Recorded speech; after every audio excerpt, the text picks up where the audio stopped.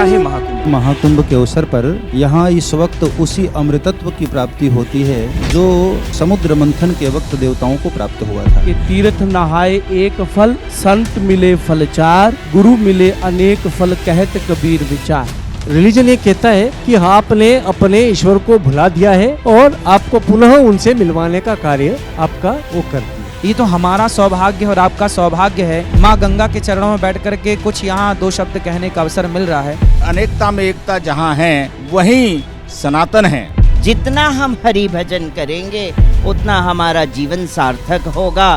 मेरी झोपड़ी के भाग आज खुल जाएंगे, राम आएंगे।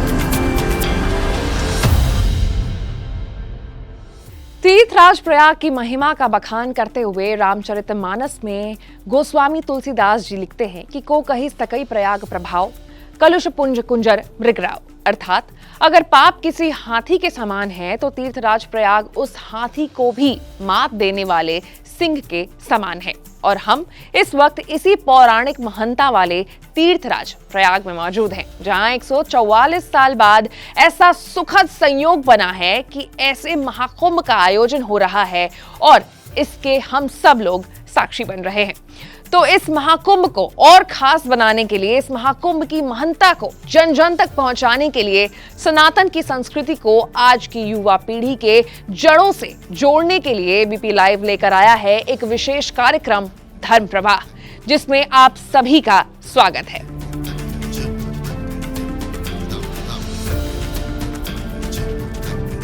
इस धर्म प्रवाह में सबसे पहले हमारी बात हुई अनिरुद्धाचार्य जी महाराज से। परम पूज्य अनिरुद्धाचार्य जी महाराज की मधुर वाणी, उनका गहन आध्यात्मिक ज्ञान और प्रभु भक्ति की अनमोल शिक्षाएं हम सभी के लिए प्रेरणा का स्रोत हैं। संगम नगरी प्रयागराज से एबीपी लाइव पर आप देख रहे हैं धर्म प्रवाह। आपके साथ मैं हूं प्रतिमा मिश्रा और इस वक्त मेरे साथ मौजूद है कथावाचक अनिरुद्धाचार्य जी। मुझे लगता है आप किसी परिचय के मोहताज नहीं और अगर आपके लिए कहा जाए लव मी और hate me but you can not ignore me तो गलत नहीं होगा। तो आपका बहुत बहुत स्वागत है एबीपी लाइव के इस मंच पर। और सबसे पहले तो यही जानना चाहूँगी कि महाकुंभ का ये जो भव्य आयोजन हुआ है उसके बारे में आप क्या कहेंगे? धन्यवाद आपका। ये महाकुंभ हम सभी सनातनियों के लिए एक प्रेरणा है। हम इस महाकुंभ से ये सीखते हैं कि किस तरह हमारा सनातन संगठित रहे। संगठन की पहली बात है जहाँ सुमति तहाँ संपत्ति नाना, और दूसरा संघर्ष का प्रतीक है महाकुंभ। जब अमृत की कुछ बूंदें गिरी तो अमृत सबसे आखिरी में निकला, उसके पहले निकला था विष समुद्र मंथन में। तो तात्पर्य यह है कि जब हमारे जीवन में अमृत आएगा, सफलताएं आएंगी, तो उसके पहले चुनौतियों का जहर भी होगा। तो हम चुनौतियों के जहर से घबराएं ना, क्योंकि अमृत का उत्सव सदा मनाया जाता है और जहर तो भूल जाता है। इसलिए जीवन में कोई परेशानियां, कोई कष्ट आए तो परेशान होने की ज़रूरत नहीं। कुंभ को याद करना चाहिए कि अमृत तो आएगा ही आएगा। इसलिए आप अहरनिश प्रयासरत रहिए, कार्य करते रहिए। पहले विष आएगा, पहले असफलताएं आएंगी, पहले चुनौतियां आएंगी, फिर जा कर के अमृत मिलेगा। तो यह वही संगम है जहां प्रत्येक प्राणी अपने जीवन में उतार चढ़ाव से गुजरता हुआ ईश्वर की ओर बढ़ता है और समाज के सारे कार्य करता है, सारी जिम्मेदारियां पूरी करता है। तो उसी का एक उदाहरण महाकुंभ है। सनातन हर समस्या का समाधान है। हमारा धर्म सबको जोड़ने की बात करता है, तोड़ने की नहीं। सबको अपने में समाहित करता है। ऐसे में जब महाकुंभ को लेकर इस तरीके का आह्वान किया गया कि यहाँ पर मुसलमानों की एंट्री प्रतिबंधित होनी चाहिए, उस पर आपकी क्या राय? सही है। इसका तो सीधा साधा सबको जवाब पता है कि जब मक्का मदीना में हिंदुओं की एंट्री नहीं है तो देखिए, प्रयाग ना हिंदुओं का महापर्व है। गंगा को हम माता मानते हैं। यदि हम गंगा को माता मानते हैं तो हम गंगा जी में आएँ और प्रयाग में अपना कल्याण करें। वो गंगा को माता मानते नहीं हैं तो फिर हमारा उनसे क्या संबंध है? यहाँ तो वो आए ना जो गंगा को माता मानते हैं और गंगा का आदर करते हैं। जो गंगा का आदर नहीं करते उनका यहाँ क्या काम है? तो हमारे यहाँ साधु संतों का आदर है। ये महाकुंभ किनसे शोभा पाता है? संतों से। हम लोग संतों का आदर करते हैं। हमारे यहाँ गोस्वामी तुलसीदास जी कहते हैं, संत हृदय नवनीत समाना, संत बड़े परमार्थी, भेष धरें अवधूत, राम नाम का गोला फेंकें भाग जाएं यमदूत। आग लगी आकाश में बरस रहे अंगार, और संत न होते जगत में तो जल जाता संसार।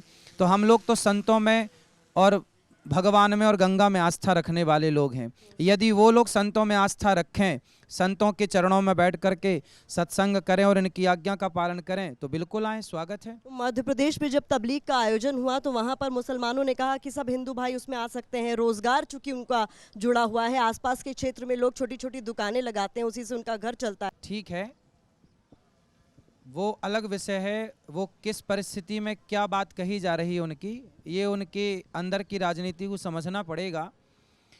अभी तो वर्तमान में हम सनातनियों का ये पर्व है। अब आप देखते हैं कि यदि मुसलमान यहाँ पर समोसा की दुकान लगाता है, कचौरी की दुकान लगाता है, तो वो क्या करते हैं, आप लोग टीवी पे, आप लोगों की टीवी पे हमने देखा है, वो चीज़ों पे थूक देते हैं। क्या ये हर मुसलमान करता है अनिरुद्धाचार्य जी, आप ये भाई कह रहे हैं? हर मुसलमान करता है इसकी तो मैं गारंटी नहीं लेता, पर करते मुसलमान ही हैं। ये बहुत बड़ी बात आप कह रहे हैं। नहीं तो आपने वीडियो दिखाई है, आपने बहुत सारे न्यूज़ चैनलों पे हमने ये देखी है कि थूक देते हैं खाने। अब ये साधु संत हम यहाँ श्रद्धा से प्रयागराज आए और बताइए कोई हमें थूक वाला भोजन कराए, तो कितना अपमानजनक है ये। तो ऐसे लोगों को क्यों एंट्री दो जो आपको अपना थूक खिलाने की कोशिश कर रहे हैं? ये तो सरासर अन्याय है ना। आपको भी तो समझना चाहिए कि श्रद्धाओं पर किस तरह से आघात कर रहे हैं, तो इस चीज़ का भी ख्याल रखना तो चाहिए। जो मंदिर के प्रसाद में मिलावट होती है उसके लिए भी आप उसके इसी तरीके पीछे से- कौन जिम्मेदार था? कौन जिम्मेदार था? उसके पीछे भी हिंदू जिम्मेदार थे क्या? और जो हिंदू जिम्मेदार थे, यदि मुझे तो ये पता नहीं कि जिम्मेदार कौन था, पर जो जिम्मेदार थे वो सनातनी नहीं हो सकते, क्योंकि सनातनी इस तरह का छल नहीं कर सकता। ये तो छलावा है ना। आपने हम पर विश्वास किया और हमने आपको पीने को दूध दिया और हमने दूध में जहर मिला दिया, तो आपने तो दूध समझ के पिया था, पर जहर मिलाया हमने, तो छल तो हमने आपके साथ कर दिया ना। तो हमने तो प्रसाद चाहा था ना तिरुपति जी का, कि हम प्रसाद खा रहे हैं, पर उस प्रसाद में कोई जहर मिला दे, गौमांस मिला दे या इत्यादि पदार्थ मिला दे, तो ये तो हमारे साथ छल हुआ ना, हमारी श्रद्धा के साथ खिलवाड़ हो गया। अच्छा, एबीपी लाइव के वो तमाम दर्शक 18 से 35 साल की उम्र के आपको बहुत पसंद करते हैं, आपकी तमाम वीडियोस को देखते हैं, तो उनसे जुड़े हुए सवाल आपसे मैं पूछूंगी। लेकिन चूंकि हम कुंभ में बैठे हैं और उसके आयोजन पर आपसे मैंने शुरुआत में सवाल पूछा था, तो अखिलेश यादव कह रहे हैं कि कुंभ का आयोजन तो हमारी सरकार के वक्त भी हुआ और बहुत अच्छा हुआ, कम खर्चे में हुआ। तो खर्चे पर भी उन्होंने सवाल उठाया। फिर उन्होंने बोला कि यहाँ पर ड्रेजर मशीन लगाकर जो है वो पर्यावरण के साथ अपराध किया जा रहा है। उस पर आप क्या कहेंगे? देखो, ये कुंभ जो है ना, ये तो नेता लोग जो कह रहे हैं, जो पैदा नहीं हुए थे तब से कुंभ की परंपरा चली आ रही है। कुंभ कोई इन नेताओं से थोड़ी शुरू हुआ, कुंभ तो अनादिकाल से चला आ रहा है। ऋषि परंपरा है ये, और समुद्र मंथन की एक परंपरा से स्टार्ट है ये, तो ये अनादिकाल से चला आ रहा है। ये तो उनका सौभाग्य था, जिनका भी सौभाग्य है। आज योगी जी का सौभाग्य है कि इस कुंभ में उन्हें ये सारा कार्य करने का अवसर मिल रहा है। कभी अखिलेश जी का सौभाग्य था कि उन्हें भी इस सुंदर से आयोजन में कार्य करने का अवसर मिला। ये तो हमारा सौभाग्य और आपका सौभाग्य है कि इस माँ गंगा के चरणों में बैठ कर के कुछ यहाँ दो शब्द कहने का अवसर मिल रहा है। यदि यहाँ पे कोई भी आ रहा है और कोई भी अपना योगदान दे रहा है, यदि आप नेता हैं और नेता के भाव से योगदान दे रहे हैं, आप पत्रकार हैं, पत्रकार के भाव से योगदान दे रहे हैं, तो ये तो योगदान इतिहास के पन्नों में लिखा जाएगा कि आप सबका योगदान था। तो नेताजी ने यदि कार्य किया है तो वो भी सराहनीय है, और वर्तमान में जो कार्य हो रहा है ये भी सराहनीय है। योगी आदित्यनाथ को आप कैसे देखते हैं, कैसे लगते हैं आपको? अच्छे लगते हैं, सुंदर हैं। सुंदर है। अखिलेश यादव? वो भी अच्छे हैं, सब अच्छे हैं। देखो, संत जो होते हैं ना, कभी किसी को बुरा नहीं कहते। सब, कोई व्यक्ति बुरा नहीं होता, व्यक्ति के विचार बुरे होते हैं। कई बार आपके विचार आपको, देखो, दो हाथ पांव आपके हैं, दो हाथ पांव हमारे हैं। हमारे शरीर में भी जितना खून है, इतना ही खून स्वामी विवेकानंद जी के शरीर में था। 206 हड्डियां उनके पास थी, 206 आपके और हमारे पास है। लगभग ईश्वर की संरचना, ईश्वर का ढांचा सबका एक सा था, एक सा है। लेकिन स्वामी विवेकानंद जी हो गए, आद्य शंकराचार्य जी आद्य शंकराचार्य हो गए। क्यों? क्योंकि शरीर की संरचना तो सबकी एक सी ही थी। 2 पाँव उनके, 2 पाँव हमारे, 2 हाथ उनके, 2 हाथ हमारे। फर्क केवल विचारों का था। स्वामी विवेकानंद जी महान कैसे बन गए? विचारों के कारण। शरीर की संरचना तो सेम है, झांसी की रानी और आप दोनों ही स्त्रियां हैं, लेकिन वो हो गई झांसी की रानी, आप भी अच्छी बहन हैं। तो कुल मिलाकर के चूंकि विचारों मैंने से सनातन धर्म की बात की शुरुआत में कि समाहित करता है, जोड़ता है, और योगी आदित्यनाथ पर जब मैंने आपसे सवाल पूछा, बोला बहुत अच्छे नेता हैं, तो उनके बटेंगे तो कटेंगे नारे से आप सहमत हैं? भाई बटेंगे, फूट डालो शासन करो, ये नारा अंग्रेजों ने दिया। जब जब हम बटे हैं तब तब हम मिटे ही तो हैं। तो क्यों बटें? हम बटने के लिए थोड़ी पैदा हुए हैं। हमारे यहाँ एक चौपाई है, तुलसीदास जी लिख रहे हैं, जहाँ सुमति तहाँ संपत्ति नाना, जहाँ कुमति तहाँ विपत्ति निदाना। जहाँ सुमति है, संगठन है, वहाँ नाना प्रकार की संपत्ति है, समृद्धि है, सुख है, शांति है, आनंद है। इसलिए बटेंगे तो कटेंगे, बात सही है। क्यों बटें? हम प्रेम से क्यों ना रहें? हम क्यों जातियों के नाम पे बटें? हम कभी बटे थे नहीं, हमें अंग्रेजों ने, मुगलों ने और कुछ नेताओं ने बांटा है। तो बात प्रेम की क्यों नहीं होती है, बात बटने और कटने की क्यों होती है? हाँ, तो यही मैसेज किसी और तरीके से भी दिया जा संगठित सकता है। रहोगे तब ना प्रेम होगा। बटे रहेंगे तो प्रेम कहाँ से होगा? पहले प्रेम होने के लिए संगठित तो रहना पड़ेगा। आप अभी मंच पर पति थे। पत्नी दोनों संगठित रहेंगे तब तो प्रेम भी होगा। अब दोनों बटे रहेंगे, वो अपने मायके वो अपने घर, तो प्रेम भी कैसे होगा? पहले प्रेम करने के पहले संगठित तो होना ही पड़ता है ना। शंकराचार्य जी का आपने आशीर्वाद लिया, एबीपी के मंच पर वो थे, तब उन्होंने एक दिन पहले एबीपी से बात करते हुए ये बात, इसी नारे पर उनसे सवाल पूछा गया था हमारे सहयोगी की तरफ से, तो उन्होंने कहा था कि डरेंगे तो बचेंगे। तात्पर्य उनका था कि ईश्वर से डरेंगे तो बचेंगे। हाँ ठीक है, शंकराचार्य भगवान जो कह रहे हैं वो भी सत्य है। वो आध्यात्मिक विषय कह रहे हैं कि ईश्वर से डरना चाहिए। देखो हमारे देश में सबके भीतर, यदि हमारे यहाँ धर्म होता, सबके भीतर, आपके भीतर, मेरे भीतर, सबके भीतर, अमेरिका के अंदर, चाइना के अंदर, पाकिस्तान के अंदर, भारत के अंदर, यदि धर्म होता तो फिर पुलिस की, सेना की ज़रूरत ही नहीं होती। धर्म एक अपने आप में बड़ी व्यवस्था है। धर्म कैसी व्यवस्था है? हमारा देश किससे चलता है? धर्म से चलता है। इसलिए हमारे आज के सैकड़ों साल पहले ना पुलिस थी ना सेना थी, है ना। किससे चलता था? धर्म से। धर्म क्या था कि यहाँ लाख रुपए पड़ा हो तो आपका धर्म कहता है कि ये पैसा मेरा नहीं है, तो ये हमें देखना भी नहीं है। हमारे यहाँ पाप के धन को देखा भी नहीं जाता, पड़ा है पड़ा रहे। हमारे यहाँ पराई स्त्री को माँ कहा जाता है, बड़ी है तो, बराबर की है तो बहन कहा जाता है। यदि मेरे पास धर्म है तो मेरे साथ आप सुरक्षित हैं, और मेरे अंदर धर्म नहीं है तो मेरे साथ आप सुरक्षित नहीं हैं। तो धर्म एक ऐसी व्यवस्था है कि हर बेटी, हर बहन को, हर माँ को सुरक्षा देता है धर्म। धर्म एक ऐसी चीज है कि आपके पैसे करोड़ रुपए रखे हों और यदि मेरे पास धर्म है तो मैं उसे कभी नहीं देखूंगा, और यदि धर्म नहीं है तो लेके भाग जाए कोई भी।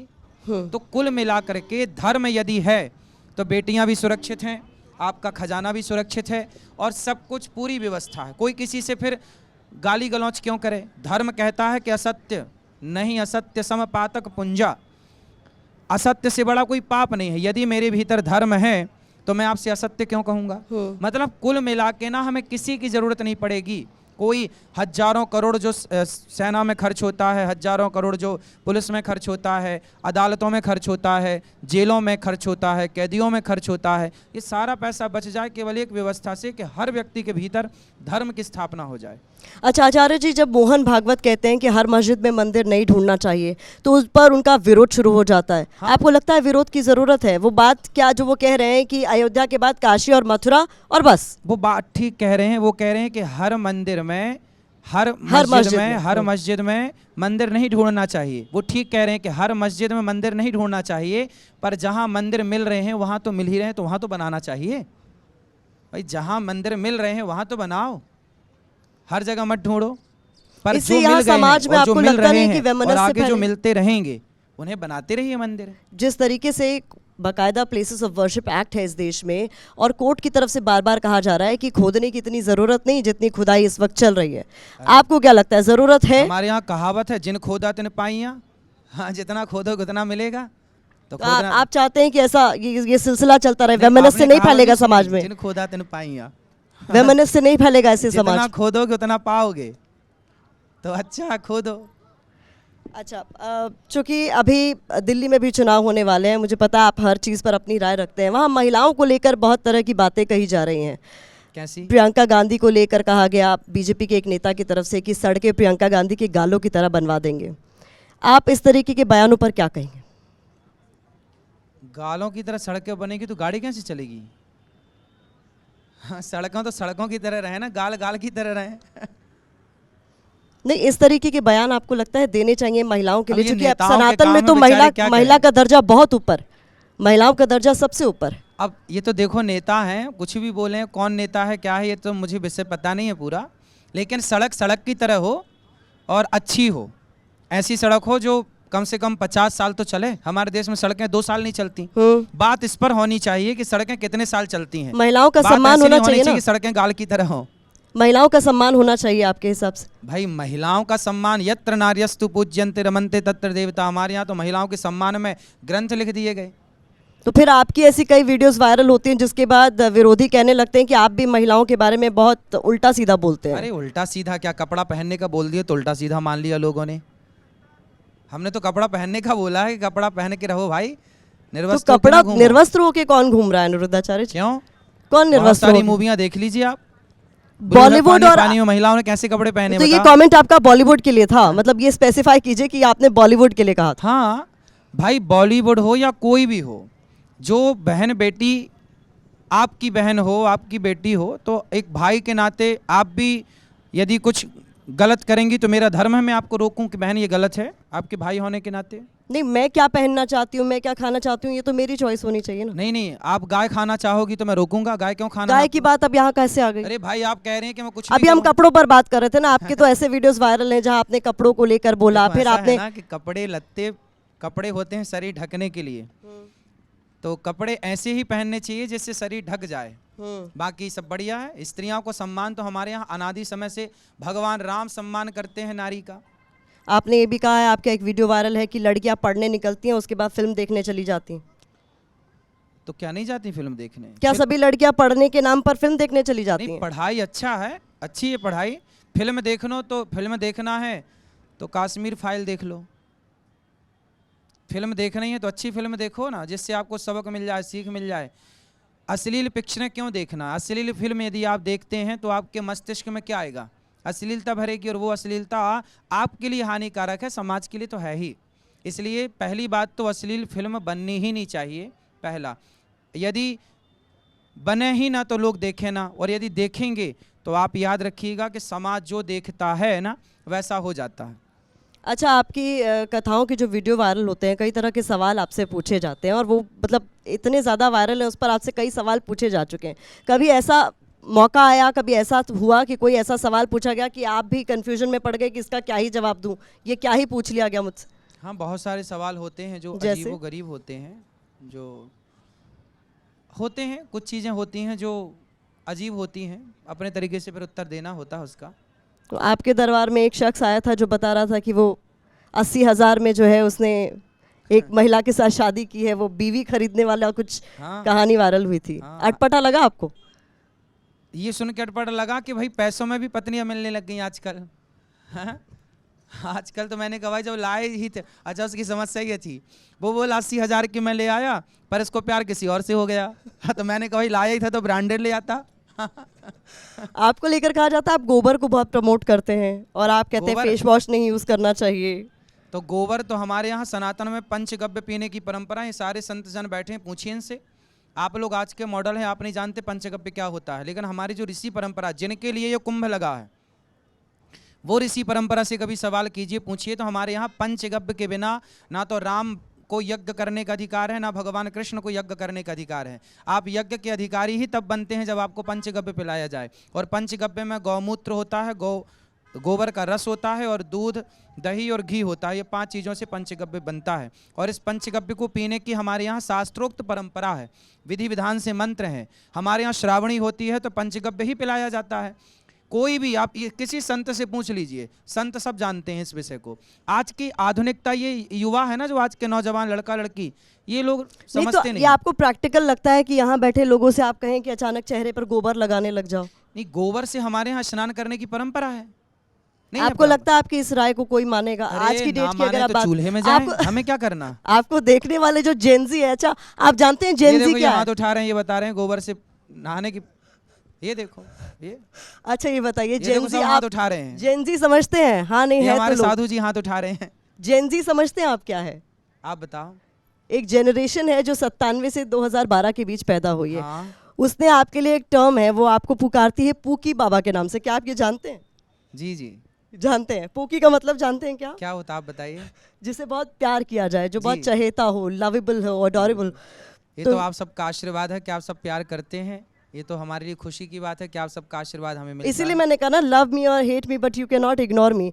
तो आपका जो विरोध करते हैं वो भी आपका वीडियो देख रहे हैं, जो आपको पसंद करते हैं वो भी आपका वीडियो देख रहे हैं। एक वीडियो में आप कह रहे थे कि गोबर की रोटी खाने के लिए। अरे गोबर की रोटी नहीं, आप लोग पूरा सुनते नहीं, कैसे पत्रकार हैं। पूरा तो सुना करिए। हमारे यहाँ क्या होता है, भरत जी के बारे में लिखा है, भागवत जी के 9वें स्कंध में ये बात लिखी है। देखो कुछ चीज़ें ऐसी है ना कि बोल देंगे तो आज की युवा पीढ़ी को समझ नहीं आएगा, वो उसका मजाक उड़ाती है, लेकिन अब जो लिखा है सो लिखा है। त्याग तपस्या कहते हैं ना, जिसके पैरों में विमाई फटी ही नहीं वो पीर पराई क्या जाने, और जिसने बेटी को जन्म दिया ही नहीं वो बेटी की विदाई क्या जाने। भरत जैसे प्रेमी को समझने के लिए भरत जैसा प्रेमी ही बनना पड़ेगा ना, खग जाने खग ही की भाषा। भरत जी के बारे में लिखा है कि भरत जी गौमूत्र में दलिया जौ पका करके खाया करते थे 14 साल तक, ये लिखा है। अब आज की कौन पीढ़ी मानने को तैयार है। लेकिन भरत जी महाराज गौ माता के गौमूत्र में दलिया पका के 14 वर्ष खाए हैं, लिखा है। आज की पीढ़ी समझ ही नहीं रही कि गाय माता है, वो गाय के गुण समझना ही नहीं चाहती, वो गाय को जानवर कह रही है।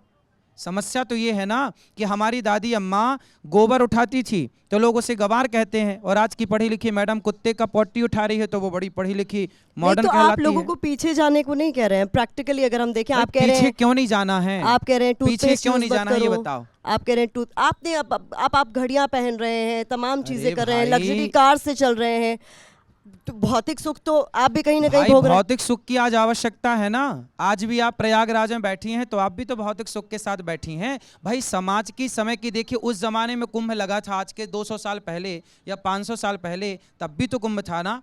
आज के 1000 साल पहले कुंभ था ना, लेकिन उस कुंभ में ये व्यवस्थाएं नहीं थी जो आप देख रहे हैं। ये देखिए, ये इस प्रकार के पुल नहीं थे उस समय, लेकिन कुंभ तो था ना। ऐसा नहीं है कि व्यवस्थाएं नहीं थी तो हमने त्योहार छोड़ दिए। भाई जिया तो हमने तब भी था, व्यवस्थाएं नहीं थी, पर आज व्यवस्थाएं हैं तो हम व्यवस्थाओं को लेके चल रहे हैं। इसमें क्या दिक्कत है। आज व्यवस्था है चप्पल पहनने की तो हम चप्पल पहन रहे हैं, तब चप्पल की व्यवस्था नहीं थी तो खड़ाऊं पहन के चलते थे। हमारे साधु जी खड़ाऊं आज भी पहने, वो देखो। तो हमारे यहाँ दोनों परंपरा है, आप चप्पल पहनिए खड़ाऊं भी पहनिए। हमारे साधु जन टाट लपेटते हैं, टाट समझते हैं, बोरा जो होता है टाट भी लपेटते हैं साधु जन। तो टाट लपेटने वाले संत भी हैं, पर अब टाट का जमाना बदल गया, कपड़ों का जमाना है तो संत जन कपड़े लपेटने लग गए। तो भाई समय के साथ तो सब चीजें बदल रही हैं ना, समय के साथ तो चलना पड़ता तो है। ये समय का ही फेर है, समय के साथ आप खुद को बदल रहे थे तो आध्यात्म से आप बिग बॉस पहुंच गए। ना वो अलग विषय है। हम तो जहां जाते हैं ना, धर्म की बात कहने जाते हैं, धर्म का प्रचार करने जाते हैं। सब जगह जाना चाहिए। वैश्याओं के घर भी जा करके संतों ने वैश्याओं को ठीक किया है। संत का मतलब ये नहीं कि केवल कुंभ नहाए और कुंभ आए, नहीं। संतों का धर्म है वैश्या के घर भी जाए और वैश्या को भी उस गंदगी से निकालकर धर्म का पाठ पढ़ा के। हमारे यहाँ कितने संतों की कथाएं आती हैं कि उन्होंने वैश्याओं को सही मार्ग पर लगा दिया। हमारे यहाँ भागवत जी में एक चर्चा है, पिंगला की दत्तात्रेय जी ने 24 गुरु बनाए ना, उसमें एक पिंगला को गुरु बनाया। पिंगला एक वैश्या थी, तो वैश्याओं को भी संतों ने सही दिशा दी है और वो सही मार्ग पर चल पड़ी और उनका नाम हुआ है, भगवत प्राप्ति हुई है। तो महाकुंभ में एबीपी लाइव के इस मंच से आखिर में युवाओं को क्या संदेश आप देना चाहिए? यही संदेश है कि आप सब धर्म से जुड़ें, धर्म को जानें, धर्म को पहचानें, अपने माँ बाप की सेवा करें, बड़ों का सम्मान करें और अपने धर्म को जानो। गीता पढ़ो, रामायण पढ़ो, संतों के पास बैठो, संतों का सम्मान करो।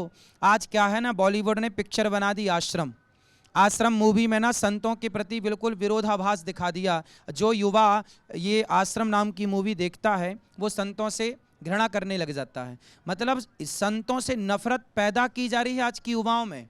नहीं तो इस तरह के बॉलीवुड लोग के द्वारा। हमारे बीच में है ना, ये भी तो सच है ना अनिरुद्धाचार्य जी। क्या सच है? ऐसे लोग हैं, ऐसे लोग जेल भी गए हैं कैसे? जिन्होंने गलत किया है। तो फिर उसका नाम लेके कहा जाए ना, भाई एक पत्रकार गलत है तो मैं सारे पत्रकारों को तो गलत नहीं कह सकता ना, सारे थोड़ी गलत होते हैं। ऐसे एक साधु गलत हुआ तो भाई रावण भी तो साधु बनकर आया था, तो उस साधु को गलत कहा जाए ना, सबको थोड़ी गलत कहा जाए। भाई उसका नाम लिया जाए, जो साधु गलत कर रहा है उसका नाम लेके कहा जाए। भाई सभी संत थोड़ी गलत हैं, सभी कैसे गलत हो जाएंगे, सारी उंगलियां एक से कैसी हो जाएंगी। ठीक है, बहुत बहुत धन्यवाद एबीपी लाइव के इस मंच पर हमारे साथ जुड़ने के लिए। और अब मैं राजेश मसाला से श्री राजेश अग्रहरी जी को मंच पर बुलाना चाहूंगी। अनिरुद्धाचार्य जी को सम्मानित करेंगे।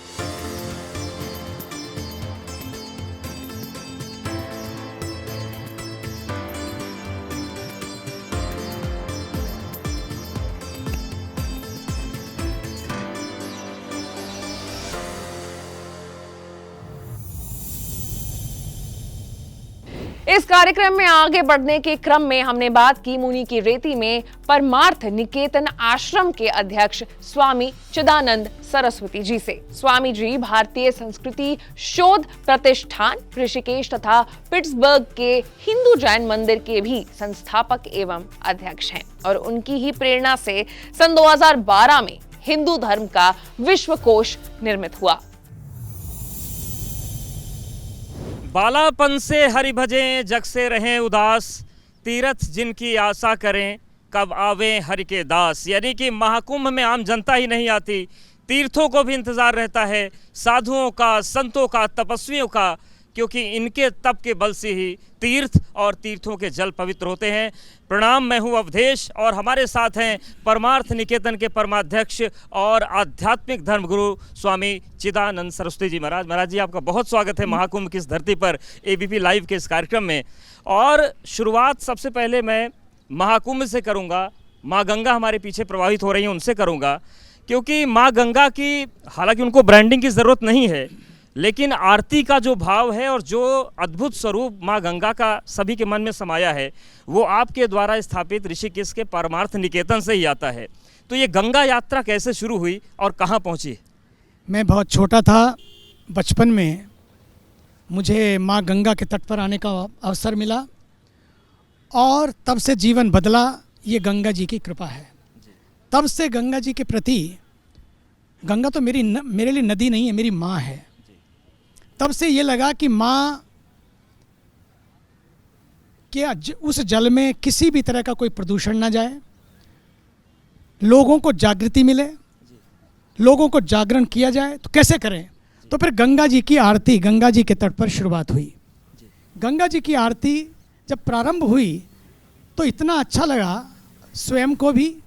और ये शुरुआत हुई थी 1960 के आसपास। एक बार बाढ़ आई थी ऋषिकेश में, इतनी ज़्यादा बाढ़ आ गई कि आश्रम की पहली मंजिल भी डूबने लगी। तब हमारे आदरणीय संस्थापक पूज्यपाद स्वामी सुखदेवानंद जी महाराज ने कहा कि गंगा जी की प्रार्थना करो, गंगा जी की आरती करो। और गंगा जी की आरती की और सारा प्रवाह धीरे धीरे शांत होने लगा। माँ गंगा प्रसन्न हुई, बस तब से अलख जगी। और फिर परमार्थ निकेतन के बाद काठमांडू में पशुपतिनाथ के बिल्कुल समक्ष में बागमती रिवर के किनारे 1998 में वहाँ शुरू हुआ। फिर 1999 में दशाश्वमेध घाट के सामने माँ गंगा की आरती का प्रारब्ध मिला, सेवा का भोग मिला। और उसके बाद वहाँ से फिर वो यात्रा पूरे देश में, पूरे विश्व में जहाँ भी गए वहाँ गंगा जी की आरती। लेकिन गंगा जी की आरती केवल इसलिए नहीं कि उनकी पूजा करें, बल्कि गंगा हमारी प्रेरणा है। गंगा इसलिए प्रेरणा है कि गंगा ने कभी कोई भेदभाव नहीं किया। गंगा सबके लिए बहती हैं, सदा से बहती हैं। गंगा जी के जल ने श्याम लाल को भी खेतों को सींचा, सलीम मोहम्मद के खेतों को भी सींचा, साइमन के खेतों को भी सींचा और सोहन सिंह के खेतों को भी सींचा। जिसका खेत आया उसको सींचा, खेतों को सींचा, दिलों को सींचा।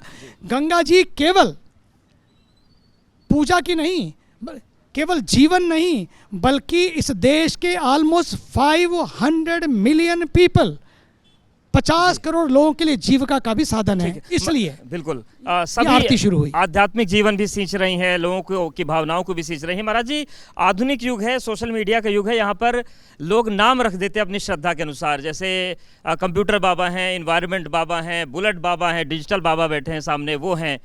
अगर ये तो पुरानी परंपरा आपने शुरू की, आपको स्वामी जी के नाम से लोग जानते हैं, लेकिन आज के दौर में अगर आपको कोई आरती वाले बाबा बोल दे तो क्या आपको अच्छा लगेगा या स्वामी जी सुनना ही अच्छा लगता है आपको?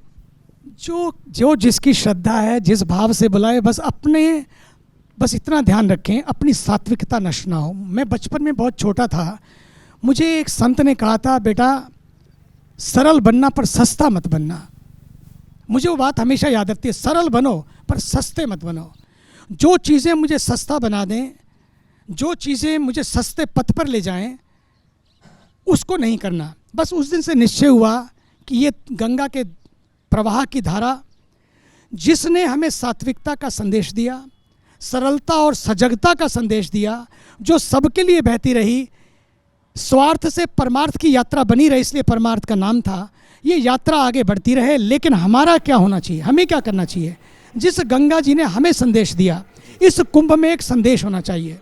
इस कुंभ का ये संदेश हो कि जितने भी लोग आए, जो भी यहाँ पर आए, वो यहाँ पर गंगा जी की अब कोई भी ऐसी चीज़ ना करे जिससे प्रदूषण हो। हमारे इन तटों को प्रदूषण से मुक्त रखना है। इसलिए मैं कहना चाहूँगा, गंगा के तट पर आएँ।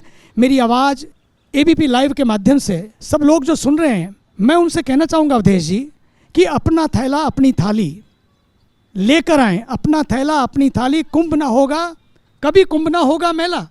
इसलिए क्योंकि ये मेला में हम आए, मेले को मेला करने के लिए नहीं आए, बल्कि मेले को हम प्रदूषण से मुक्त करने के लिए आए। तो यहाँ पर आकर ध्यान रखें, अपनी प्लास्टिक की बोतल यूज़ ना। इसलिए हमने पूरा कुंभ, भारत के ऊर्जावान प्रधानमंत्री जी ने, आदरणीय योगी जी ने कहा इसको प्लास्टिक मुक्त कुंभ बनाना है।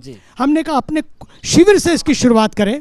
अपने शिविर से शुरुआत की। उस शिविर से हमने किया कि प्लास्टिक मुक्त शिविर हो, इसलिए हमने उसको पूरा टाट से बनाया है, बिल्कुल जूट से बनाया है। महाराज जी, आपका समय बड़ा महत्वपूर्ण है, तो एक आखिरी प्रश्न आपसे कि प्रयागराज महाकुंभ में जब आए हैं तो यहाँ पर एक तोहफा लेकर आप आए हैं प्रयागराज के लिए, तो हम चाहते हैं कि उसकी घोषणा है वो आपके ही श्रीमुख से हो कि क्या परमार्थ निकेतन का जो दृश्य था वो प्रयागराज में दिखने वाला है?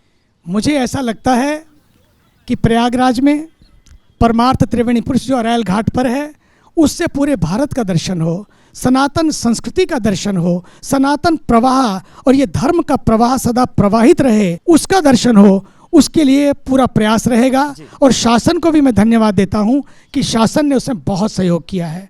माननीय ऊर्जा के स्रोत हमारे आदरणीय योगी जी, उनका और पूरे प्रयागराज प्रशासन का, प्रयागराज विकास प्राधिकरण का, उनका भी बड़ा इसमें सहयोग है। और मैं चाहता हूं ये कार्य सहयोग से बनते हैं। सरकार अपना अपना काम कर रही है, हम सबको मिलकर भी अब यही करना है।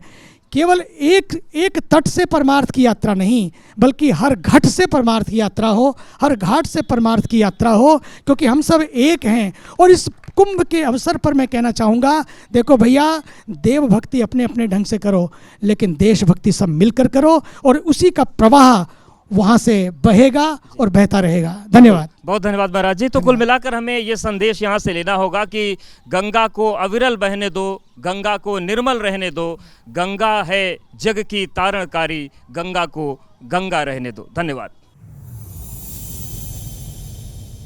अपने धर्म से लोगों को जोड़ने के लिए हमने महामंडलेश्वर पूजनीय हिमांगी सखी जी से भी बातचीत की। उनकी उपस्थिति में हमने धर्म, संस्कृति और समाज सेवा के पावन मार्ग पर चलने की प्रेरणा मिली। साथ ही धर्म और अध्यात्म को देखने का नया नजरिया भी मिला। अर्धनारीश्वर धाम की प्रमुख और विश्व की पहली जगत गुरु हिमांगी सखी जी हमारे साथ हैं। सबसे पहले स्वागत है आपका दीदी। मैं आपको हमेशा दीदी कहती हूँ, तो मैं दीदी ही कहूँगी। नहीं अभी जो है कुंभ मेला चल रहा है जी। सबसे पहला सवाल जो मैं आपसे पूछूंगी, कृष्ण जी की बात आप बहुत करती हैं, कृष्ण भक्त भी हैं। क्या भागवत पुराण में कोई ऐसी कथा है या उसमें माघ मेले का, ये कुंभ मेले का वर्णन है? क्यों नहीं है, कुंभ मेले का बहुत बड़ा वर्णन है। श्रीमद् भागवत में भी वर्णन है कि कुंभ नगरी कैसे बसी, कुंभ का महत्व क्या है ना। सागर मंथन की बात हम करते हैं तो श्रीमद् भागवत में तो वर्णन है कि एक अमृत को प्राप्त करने के लिए स्वयं भगवान श्री हरि ने कहा कि असुरों के साथ मिलके हमको सागर मंथन जब तक नहीं करेंगे तब तक अमृत बाहर नहीं निकलेगा। तो अमृत बाहर निकला, तो अमृत आज हम देख रहे हैं, जहाँ जहाँ कुंभ होता है वहाँ वहाँ अमृत की बूंदें गिरी है। तो आज हम जब कुंभ में आते हैं तो उस अमृत स्नान के लिए आते हैं और जन्म मरण के इन चक्रव्यूहों से मुक्त होने की बात करते हैं। दीदी आप गाती बहुत अच्छा है, तो मैं आपसे चाहूँगी कि कुछ अगर आप गा के सुनाएं सबसे पहले, तो लोगों को और भी ज़्यादा अच्छा लगेगा। नमामि समीक्षाम निर्वाण रूपम विभुं व्याप्तकं ब्रह्मवेदः स्वरूपम ब्रह्मवेदः स्वरूपम ब्रह्मवेदः स्वरूपम। बहुत ही अच्छा गाया आपने, आपके मुख से हर चीज़ अच्छी लगती है। अभी हम यहाँ प्रयागराज में हैं। कहते हैं कि जब आप संगम में स्नान करते हैं तो आप पुनर्जन्म के चक्र से मुक्त हो जाते हैं। इस बात में कितनी सच्चाई है? इस बात में 100% सच्चाई है। मैं कहूँगी कि जब हम माँ गंगा जी के अंदर स्नान करते हैं, कुंभ के दौरान स्नान करते हैं, और उस दौरान अमृत की बूंदें होती है इसके अंदर, और हम स्वयं अमर होना चाहते हैं, तो इसमें स्नान करके हम पवित्र होके, निष्पाप होके, जन्म मरण के इन चक्रव्यूहों से मुक्त होने का कार्य करते हैं। कहावत है, जन्म भी सत्य है, जन्म भी सत्य है, मरण भी सत्य है, बीच में जो कुछ है वो नाटक है, सांचा लक्ष्य जीवन का एकमात्र मोक्ष है, एकमात्र मोक्ष है। जन्म भी सत्य, मरण भी सत्य, बीच में जो कुछ है वो नाटक ही तो है। हम सब नाटक कर रहे हैं। इस मंच पे बैठे आप अपना किरदार कर रही हैं, मैं अपना किरदार कर रही हूँ, यहाँ सन्यासी बैठे, महाराज बैठे, सब बैठे, सब अपना अपना एक किरदार कर रहे हैं, और फिर हम पुनः धाम को लौटने का कार्य कर रहे हैं अपना किरदार निभा के। एक और चीज़ कही जाती है दीदी कि जब हम स्नान करते हैं तो हमारे पाप नष्ट हो जाते हैं जी। एक पाप होता है जो इंसान गलती से कर देता है, एक होता है जो जानबूझ के करता है। तो क्या जानबूझ के किया गया पाप भी नष्ट हो जाता है स्नान के बाद? देखिए, जानबूझ के अगर कोई पाप किया जाता है उसे पाप नहीं कहते, उसे अपराध कहते हैं, और अपराध कभी क्षमा नहीं किया जा सकता है। चाहे 100 बार आप डुबकियां लगाते रहो, मगर वो नष्ट नहीं हो पाता, उल्टा और आप पापी हो जाते हैं, क्योंकि गंगा माँ पवित्र है, शुद्ध है माँ, और इसमें पापियों के पाप धुलते, अपराधियों के अपराध नहीं धुल सकते इसके अंदर। स्नान की बात तो कर ही रहे हैं, साथ ही साथ दान भी करते हैं लोग बहुत ज़्यादा। दान वैसे तो स्वेच्छा से की जाती है, लेकिन ऐसी कौन सी चीज़ है जो हर इंसान को दान करनी चाहिए? हर जीव को दान करना चाहिए, और दान का बहुत बड़ा महत्व होता है। मगर मैं ये जानती हूँ कि जीव को अगर दान ही करना है ना, तो अपने आत्म का दान करें, अपने गंदगी का दान करें, अपने विचारों का दान करें, और हृदय के अंदर सिर्फ हरि भजन गाए, हरि के गुण गाए। हरे कृष्णा एव केवलम कलेव नास्तेव नास्तेव गति। जो स्नान करता है, दान करता है, उसे हम धार्मिक कहते हैं। धर्म को मानने वाला धार्मिक होता है, पूजा पाठ करने वाला धार्मिक होता है। धार्मिक होने की परिभाषा क्या है? धर्मो रक्षिते रक्षिताम, भगवद गीता में कहा है, अगर आप स्वयं धर्म की रक्षा करेंगे तो धर्म आपकी रक्षा करेगा। आज की डेट में आप देख रहे हैं कि हम जितनी भी सनातन धर्म के जितनी भी साधु संत महात्मा धर्म की रक्षा हेतु तो आगे आ गए हैं, और जो जीव सोए हुए थे वो भी अब जाग रहे हैं धीरे धीरे, और अपने सनातन धर्म, सनातन धरोहर को बचाने का कार्य कर रहे हैं। ये आप भी देख रहे हैं और हम भी देख रहे हैं। आप कुंभ मेले में आई हैं, ऐसी कोई खास चीज़ जो अपनी आपने देखी है जो शेयर करना चाहती हूँ? कुंभ मेला तो वैसे ही हमेशा खास रहा है, इस बार भी बहुत खास कुंभ मेला है, और मैं देखते हूँ लोगों को कितना श्रद्धा भाव है कुंभ के प्रति, स्नान के प्रति। हर कोई चाहता है कि हम कुंभ में आए और अपना जीवन सार्थक करें, क्योंकि जीवन हमारा कर्तव्य है कि हमारा जीवन सार्थक होना चाहिए, क्योंकि ये कलयुग में जितना हम हरि भजन करेंगे उतना हमारा जीवन सार्थक होगा। और माँ गंगा भी जो हमारे सामने दिख रही हैं, माँ गंगा भी ऐसे भक्तों को देखे गद गद हो उठती है कि मैं इस पृथ्वी पे इस गंगा में स्नान करने के लिए ऐसे पवित्र जीवात्मा भी आते हैं। दीदी जैसे अभी बहुत सारे साधु संत महात्मा नागा साधु लोग आ रहे हैं यहाँ पे, सब लोग स्नान करते हैं, दान करते हैं, इसके अलावा और कौन कौन सी चीज़ें हैं जो की जानी चाहिए? देखिए, कुंभ में जब हम आते हैं तो हमें पूजा पाठ और जितना हो सके ईश्वर के नाम सुमिरण करना चाहिए, और उसी के साथ साथ जीवात्माएं जितने आते हैं यहाँ पे पवित्र होने, शुद्ध होने, हमको उनका भी पूरा सहयोग करना चाहिए कि वो भी आएं और यहाँ पे स्थान ग्रहण करें और गंगा स्नान करे और अपने जीवन को गदगद करे, क्योंकि मानव जन्म अनमोल कहीरा ना मिट्टी विच रोड़ गुरबाणी च क्या है कि बंदिया वाहे गुरु बोल। भगवत गीता कहता है देह नो अस्मिन यथा देहे कौमार्यम यौवनम जरा तथा देहांतर प्राप्ति धीरस्तत्र हन्मय हति देह। 3 अवस्थाओं से गुजरता है ना, बाल्य अवस्था, कौमार्य अवस्था, वृद्ध अवस्था की ओर अग्रसर होता है। हमको ये सब कुछ पता है, फिर भी हम चाहते हैं कि जीव हमेशा अपने जन्म को सार्थक करे। जिस तरह से ये वस्त्र नया है, आज हम इस देह पे धारण कर रहे, सुंदर लग रहा है, मगर जब यही वस्त्र पुराना हो जाता है तो हम इसका त्याग कर देते हैं। आत्मा भी जब देह पुराना होता है, कष्टदायी होता है, तो आत्मा भी उस देह का त्याग करके जैसी उसकी सोच है उस हिसाब से वो आगे की ओर अग्रसर होती है।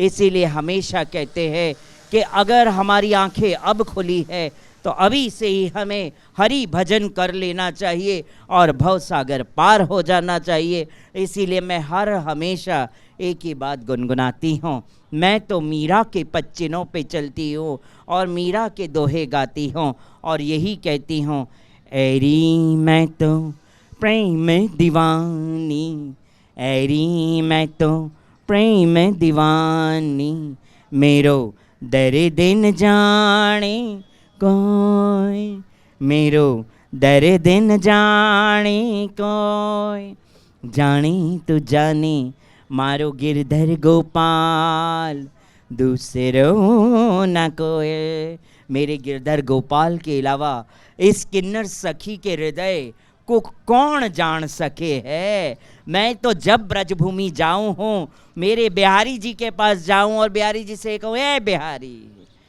मैं जब तेरे दर पर आऊं और माथा टेकूं तो बस हुक्म ना हो माथा उठाने का, सहसा तेरे में समा जाऊं, यही मैं चाहूं हूँ। और ब्रजवासियों के कांधों से इस किन्नर सखी का डोला निकले और मैं कुछ नहीं चाहती हूँ, और उसी ब्रज की रज में मैं समा जाऊँ। बहुत ही अच्छा कहा। अब बस आखिरी बार मैं आपसे एक आखिरी सवाल, मैंने रुद्राष्टकम आपसे सुना था, तो अब मैं चाहती हूँ कि आप सभी को रुद्राष्टकम सुनाएं और फिर उसके बाद हम इसको समाप्त करेंगे। नमामि समीक्षाम निर्वाण रूपम विभुम व्याप्तकम ब्रह्म वेद स्वरूपम, ब्रह्म वेद स्वरूपम, ब्रह्म वेद स्वरूपम। वांछा कल्पतरुभ्यश्च कृपा सिंधु एव च पतिता नाम पावनेभ्यो वैष्णवेभ्यो नमो नमः। इस मंच से, एबीपी लाइव के मंच से मैं सारे वैष्णव गणों के श्री चरणों में प्रणाम करती हूँ। मैं उनके चरणों की रज लेके अपने सर पे लगाती हूँ और कुछ नहीं चाहिए मुझे। बहुत अच्छा, मैं चाहती हूँ कि सभी लोग ताली ज़रूर बजाएं। बहुत बहुत शुक्रिया दीदी आपका समय देने के लिए, बहुत बहुत शुक्रिया।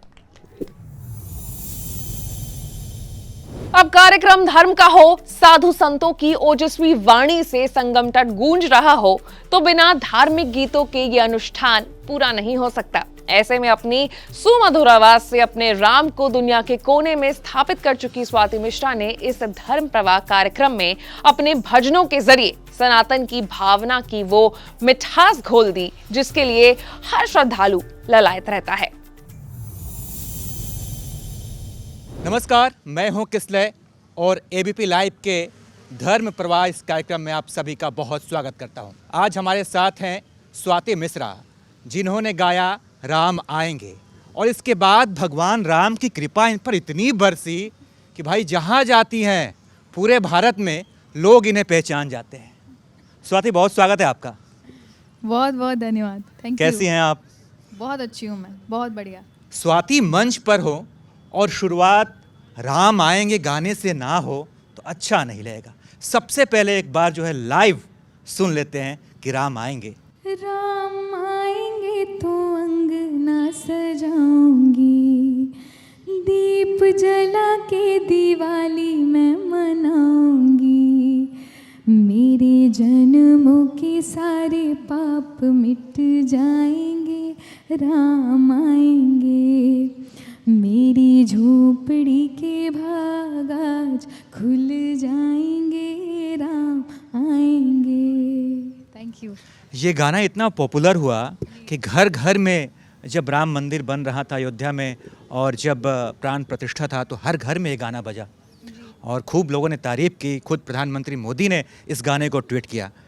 और मुझे ऐसा ध्यान आ रहा है कि एक और भगवान राम के ऊपर आपने ये गाना एक नया लिखा है, कुछ नया है, तो ये बढ़िया मंच है भाई। एबीपी लाइव का धर्म प्रवाह कॉन्क्लेव है, ये बढ़िया मंच है, तो ये वाला गाना भी हम जो है सुनना चाहेंगे आपसे। ज़रूर। इस गाने को गाने से पहले मैं बता दूं, इस गाने को लिखने से पहले मेरे मन में क्या चल रहा था।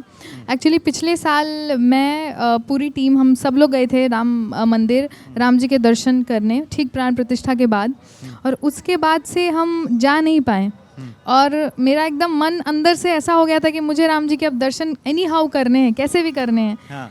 और जा नहीं पा रही थी, तो उसी दुख में मैंने एक गीत लिखा था राम जी के लिए, जो कि आया है अभी आप सबके बीच। आप सब बहुत उसको पसंद भी कर रहे हो जी। आपके दर्शन को मेरे राम जी आँखियाँ तरस रही हैं, पाने को अनमोल ये भक्ति तेरी कब से बरस रही है। क्या तुम आओगे या बुलाओगे, कोई तो रास्ता दिखाओ ना, आपके दर्शन को मेरे राम जी आँखियाँ तरस रही हैं। वाह, जब आप ये गाना गा रही हैं तो मैं देख रहा हूँ कि मंच के नीचे बैठे तमाम लोग अपने मोबाइल फ़ोन का कैमरा ऑन करके इस पल को कैद कर रहे हैं, आपकी लाइव आवाज़ को जो है रिकॉर्ड कर रहे हैं। एक्चुअली यही वो चीज़ है ना जो मेरे जैसे छोटे कलाकार को बड़ा बनाता है।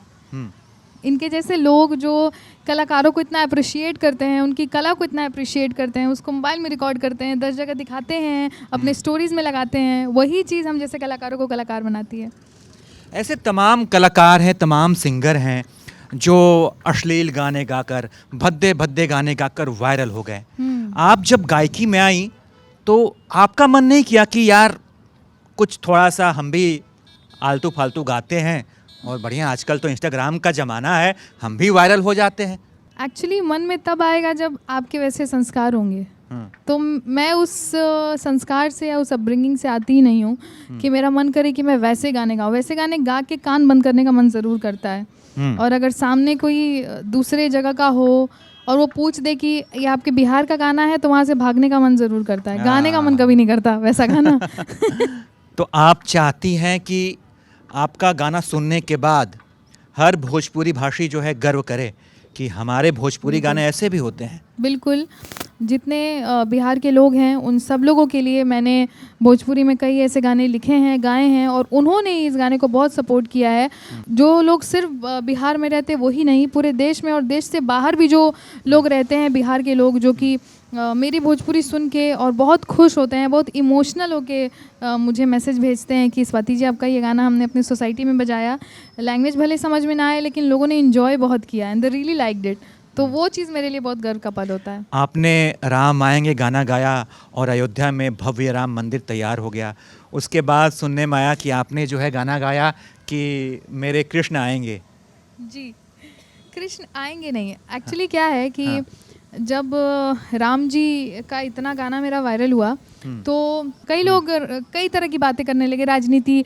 अब एक मतलब एक जो मंदिर बना है उसके प्रशंसा में गाना निकालिए, कुछ राजनीतिक एंगल से निकालिए, कुछ ये निकालिए वो निकालिए। कई लोगों ने मुझे कई तरह की बातें कहीं, तो ये चीज़ मुझे बड़ा दुख हुआ कि मैं बड़ा मन से भक्ति करती हूँ, भक्ति गाने बड़े मन से गाती हूँ, और इसको मतलब कैपिटलाइज करना, इसको अपने व्यू के लिए यूज़ करना, लाइक के लिए यूज़ करना, तो मुझे नहीं अच्छा लगा।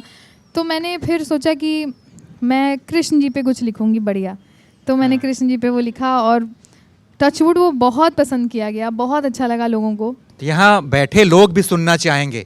सुनो कृष्ण प्यारे ये विनती हमारी, तरसती हैं अखियाँ दरस को तुम्हारी, कोई रूप लेकर अब चले आओ, नहीं तो निकल जाएगी जान ये हमारी। हमें भी सुनाओ वो धुन बांसुरी की, हमें भी लुभाओ जैसे गोपियाँ लुभी थी। गैया चिड़ैया सब राह देखे, कलयुग में कितनी ज़रूरत तुम्हारी, सुनो कृष्ण प्यारे। मन तो कर रहा है कि ये गाना बस सुनते ही रहूं, और ये लोगों की तालियां बता रही हैं कि लोग कितना पसंद कर रहे हैं। धन्यवाद, थैंक यू। स्वाति, आपको पूरे भारत में लोग जानते हैं, खुद भारत के जो प्रधान हैं वो आपकी तारीफ कर चुके हैं, और लोग तो बातचीत करते ही रहते हैं, चाहते ही हैं कि कुछ आपसे राजनीतिक गाने गवा दें। आजकल कई कलाकार राजनीति में आ रहे हैं, तो कभी आपकी भी इच्छा है कि थोड़ा चुनाव कहीं लड़ लें? नहीं, एक्चुअली मेरी इच्छा बिल्कुल नहीं है, लेकिन कई लोगों की इच्छा है कि मैं चली जाऊँ राजनीति में। कई लोग मुझसे ऐसे ही पूछते रहते हैं, अच्छा कोई प्लान है आपका राजनीति में जाने का, आपको यहाँ से टिकट दिया जाएगा, आप लड़ेंगी, आप क्या करना चाहेंगी नेता बन के? मैं कलाकार बन के कर रही हूँ जो करना है, मैं कलाकार बन के लोगों को अपने भजन सुना रही हूँ। उनके दिन भर के जो उनका हेक्टिक टाइम है या ख़राब टाइम है, दुख वाला टाइम है, मेरे 3-4 मिनट का गाना सुन के एटलीस्ट वो भूल जाते हैं। तो मेंटली मैं हेल्प कर रही हूँ लोगों को। मैं अब इससे ज़्यादा एक कलाकार ही रह सकती हूँ, मैं राजनेता या फिर नेता ये सब नहीं बन सकती हूँ मैं। एक गाना आपका और बड़ा पॉपुलर है भोजपुरी में कि तोहरे में बसे राजा हमरो परनवा हो, ये भी सुनना चाहेंगे? एक्चुअली क्योंकि मैं बिहार से हूँ और जब राम आएंगे वायरल हुआ था या उसके पहले भी लोग मुझसे यही पूछते थे कि आप हिंदी गाती हैं, आप भक्ति गाती हैं, आप बिहार से हैं, बिहार के लिए क्या कर रही हैं? तो मैंने कहा कि सोचने लगी कि हाँ ये सोचने वाली बात है, मेरी भाषा, मेरी अपनी भाषा, और मैं क्या कर रही हूँ उसके लिए। तो मैंने कहा कि अब मैं भोजपुरी के लिए भी कुछ लिखूँगी। हाँ। तो एक बड़ा पॉपुलर गाना है तोहरे में बसे राजा, उसको मैंने थोड़ा इस तरीके से लिखा कि अपने अंदाज में लिखा कि लोग उसको सुन सके। हाँ, स्वागत है। तोहरे में बसे राजा हमारो परनवा हो, रात दिन रहे बस तोहरे ध्यान हो, मन झूमे नाचे गावे जब तोहरा के पावे, बड़ा नीक लागे राजा तोहरा संगवा हो, कबहू ना हाथ छूटे हमरा सजन से, साथ रहे उनके हर जन्मवा हो। Thank you. तो आपके प्राण किस में बसते हैं? एकदम गंगा जी किनारे बैठे हैं, भगवान राम ने आपको बहुत कुछ दिया, आज नाम ले लीजिए, वो भी कृपा बरस जाएगी। नहीं, कृपा तो बरस रही है राम जी की भर भर के मुझ पे, उस वैसे भी बरस जाएगी, क्या है। नाम हम भी जानना चाहेंगे। देखिए नाम तो आप जान जाएंगे जब होगा तो नाम आप जान जाएंगे। इस जोड़ी की चर्चा बहुत हो रही है। हाँ, लोग कर दे रहे हैं, अब क्या करूँ मैं, छुपाना भी नहीं आता, दिखाना भी नहीं आता। तो पिताजी को पता है? अब पता नहीं है तो पिताजी बताएंगे, मुझे खुद नहीं पता, उनको पता है। बात करने की हिम्मत हुई, संकेत दिए आपने कुछ? करेंगे करेंगे जी। तो मुझे लगता है कि अब भगवान राम ने आपको सब कुछ दिया, अब आपकी अगली मनोकामना यही है। हाँ, बस समझ लीजिए यही है। स्वाति, आपने इतना कुछ पा लिया, अब आगे क्या करना चाहती हैं, किस मुकाम तक पहुंचना चाहती हैं, क्या लक्ष्य है आपका? एक्चुअली क्या है कि मैं ऑनेस्टली बताती हूँ कि मैं अभी जिस मुकाम पे हूँ ना, 1 साल पहले मैंने इस मुकाम के बारे में भी सोचा ही नहीं था। मैं यूट्यूब में मेरे अच्छे व्यू आ रहे थे, 2 लाख 3 लाख व्यू आ रहे थे, और मैं उतने में बहुत खुश थी। तो जो भगवान ने मुझे दे दिया है, मैं इस चीज़ के लिए भी रेडी नहीं थी, तो मैं अभी तो यही इन्जॉय कर रही हूँ। और साथ ही मुझे ऑब्वियसली बहुत अच्छे अच्छे गाने करने हैं, भगवान के लिए बहुत अच्छा अच्छा कुछ लिखना है, अपने भोजपुरी के लिए बहुत अच्छा अच्छा काम करना है। मेरे दिमाग में बस काम करना है, लक्ष्य मेरा अच्छा गाना, अच्छा काम करना है। कहीं पहुँचना ना पहुँचना वो तो भगवान डिसाइड करेंगे, भगवान ले जाएंगे। हमने कई ऐसे भोजपुरी कलाकारों को देखा जो बड़े ही अलग तरीके के गाने गाते हैं और वायरल हो जाते हैं, उनके लिए कुछ कहना चाहेंगे आप? उनके लिए मैं यही कहना चाहती हूँ कि थोड़ा बुद्धि से काम लीजिए, थोड़ा अपने विवेक से काम लीजिए। भोजपुरी को इतना खराब, ऑलरेडी खराब है, उसको और क्यों खराब करना है, और क्यों ऐसे गाने गा के और खराब करना है। तो थोड़ा अच्छा गाना गाइए, क्योंकि आप सिर्फ पैसे के लिए ये काम नहीं कर रहे हैं, आप अपनी पूरी भोजपुरी को दुनिया के सामने रिप्रेजेंट कर रहे हैं ना। आपकी भोजपुरी जा रही है यूट्यूब पे, जिसको पूरा वर्ल्ड देख रहा है, तो वर्ल्ड यही देखेगा कि यही तो होता है भोजपुरी में। मैंने आपका एक इंटरव्यू देखा था, तो जब आपसे आपके विशेष के बारे में पूछा गया कि आप क्या करना चाहती हैं, क्या आपके विशेष हैं, तो आपने कहा था कि शारदा सिन्हा से आप मुलाकात करना चाहती हैं।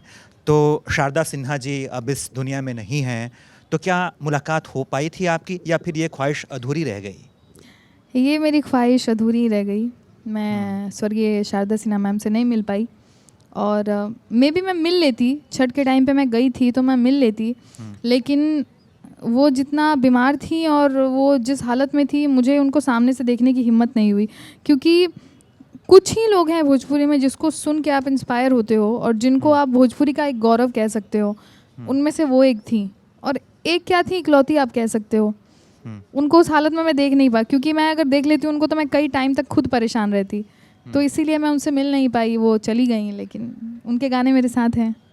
अगर गाने के माध्यम से शारदा सिन्हा जी को इस महाकुंभ मेला क्षेत्र से अगर आपको श्रद्धांजलि देनी हो, तो कौन सा गाना आप अर्पित करेंगे उन्हें? एक्चुअली मैम के तो कई गाने हैं जो पूरे दुनिया में सुने जा रहे हैं, लेकिन एक मैम का गाना है जिससे मुझे बड़ा कनेक्शन है दिल से, और वही गाना गा के सबसे पहले अगर मुझे थोड़ी बहुत भी पहचान मिली थी तो उसी गाने से मिली थी, शारदा मैम के गाने से मिली थी। तो मैं वही गा देती हूँ, उनका मोस्ट फेमस। और आज के ज़माने में लोग फिल्मों में अगर काम कर रहे हैं तो लोग अपने आप को बहुत दिखा रहे हैं, हमने फिल्मों में काम किया, ये किया। उन्होंने उस ज़माने में फिल्म में कई गाने गाए थे, और कोई अकड़ नहीं, कोई दिखावा नहीं, कुछ नहीं। कहे तो से सजना, कहे तो से सजना, ये तोहरी सजनिया, पग पग लिए जाऊं, तोहरी बलैया मैं पग पग लिए जाऊं, तोहरी बलैया। मगन अपनी धुन में रहे मोरा सैया, पग पग लिए जाऊं, तोहरी बलैया मैं पग पग लिए जाऊं, तोहरी बलैया। मज़ा आ रहा है तो एक ज़ोरदार ताली होनी चाहिए। हम लोग बढ़िया गंगा किनारे बैठे हुए हैं, और ज़्यादा बातचीत करने से ज़्यादा मन तो हो रहा है कि आपको सुनते ही रहें। तो कुछ और नया आपने लिखा है तो सुनाइए। और मुझे लगता है कि लोगों की इच्छा यही है कि इस धर्म प्रवाह के मन से धार्मिक गानों के जो है बोल यहाँ से छूटे निकलें। बिल्कुल, एक गीत है जो मेरा कल रिलीज़ होने वाला है, और कल बहुत ही शुभ दिन है। प्राण प्रतिष्ठा के 1 साल के उपलक्ष्य में फिर से खुशियाँ मनाई जा रही हैं, उसका उत्सव मनाया जा रहा है। तो उसके उपलक्ष्य में मैंने कुछ एग्जिस्टिंग सॉन्ग्स हैं जिनको मैंने कुछ तोड़ मोड़ करके कुछ नया बनाया है। फूल ले आओ, माला बनाओ, रघुवर को पहनाओ, स्वर्ण कलश से द्वार सजा के मंगल आरती गाओ, मोतियों से कर दो श्रृंगार,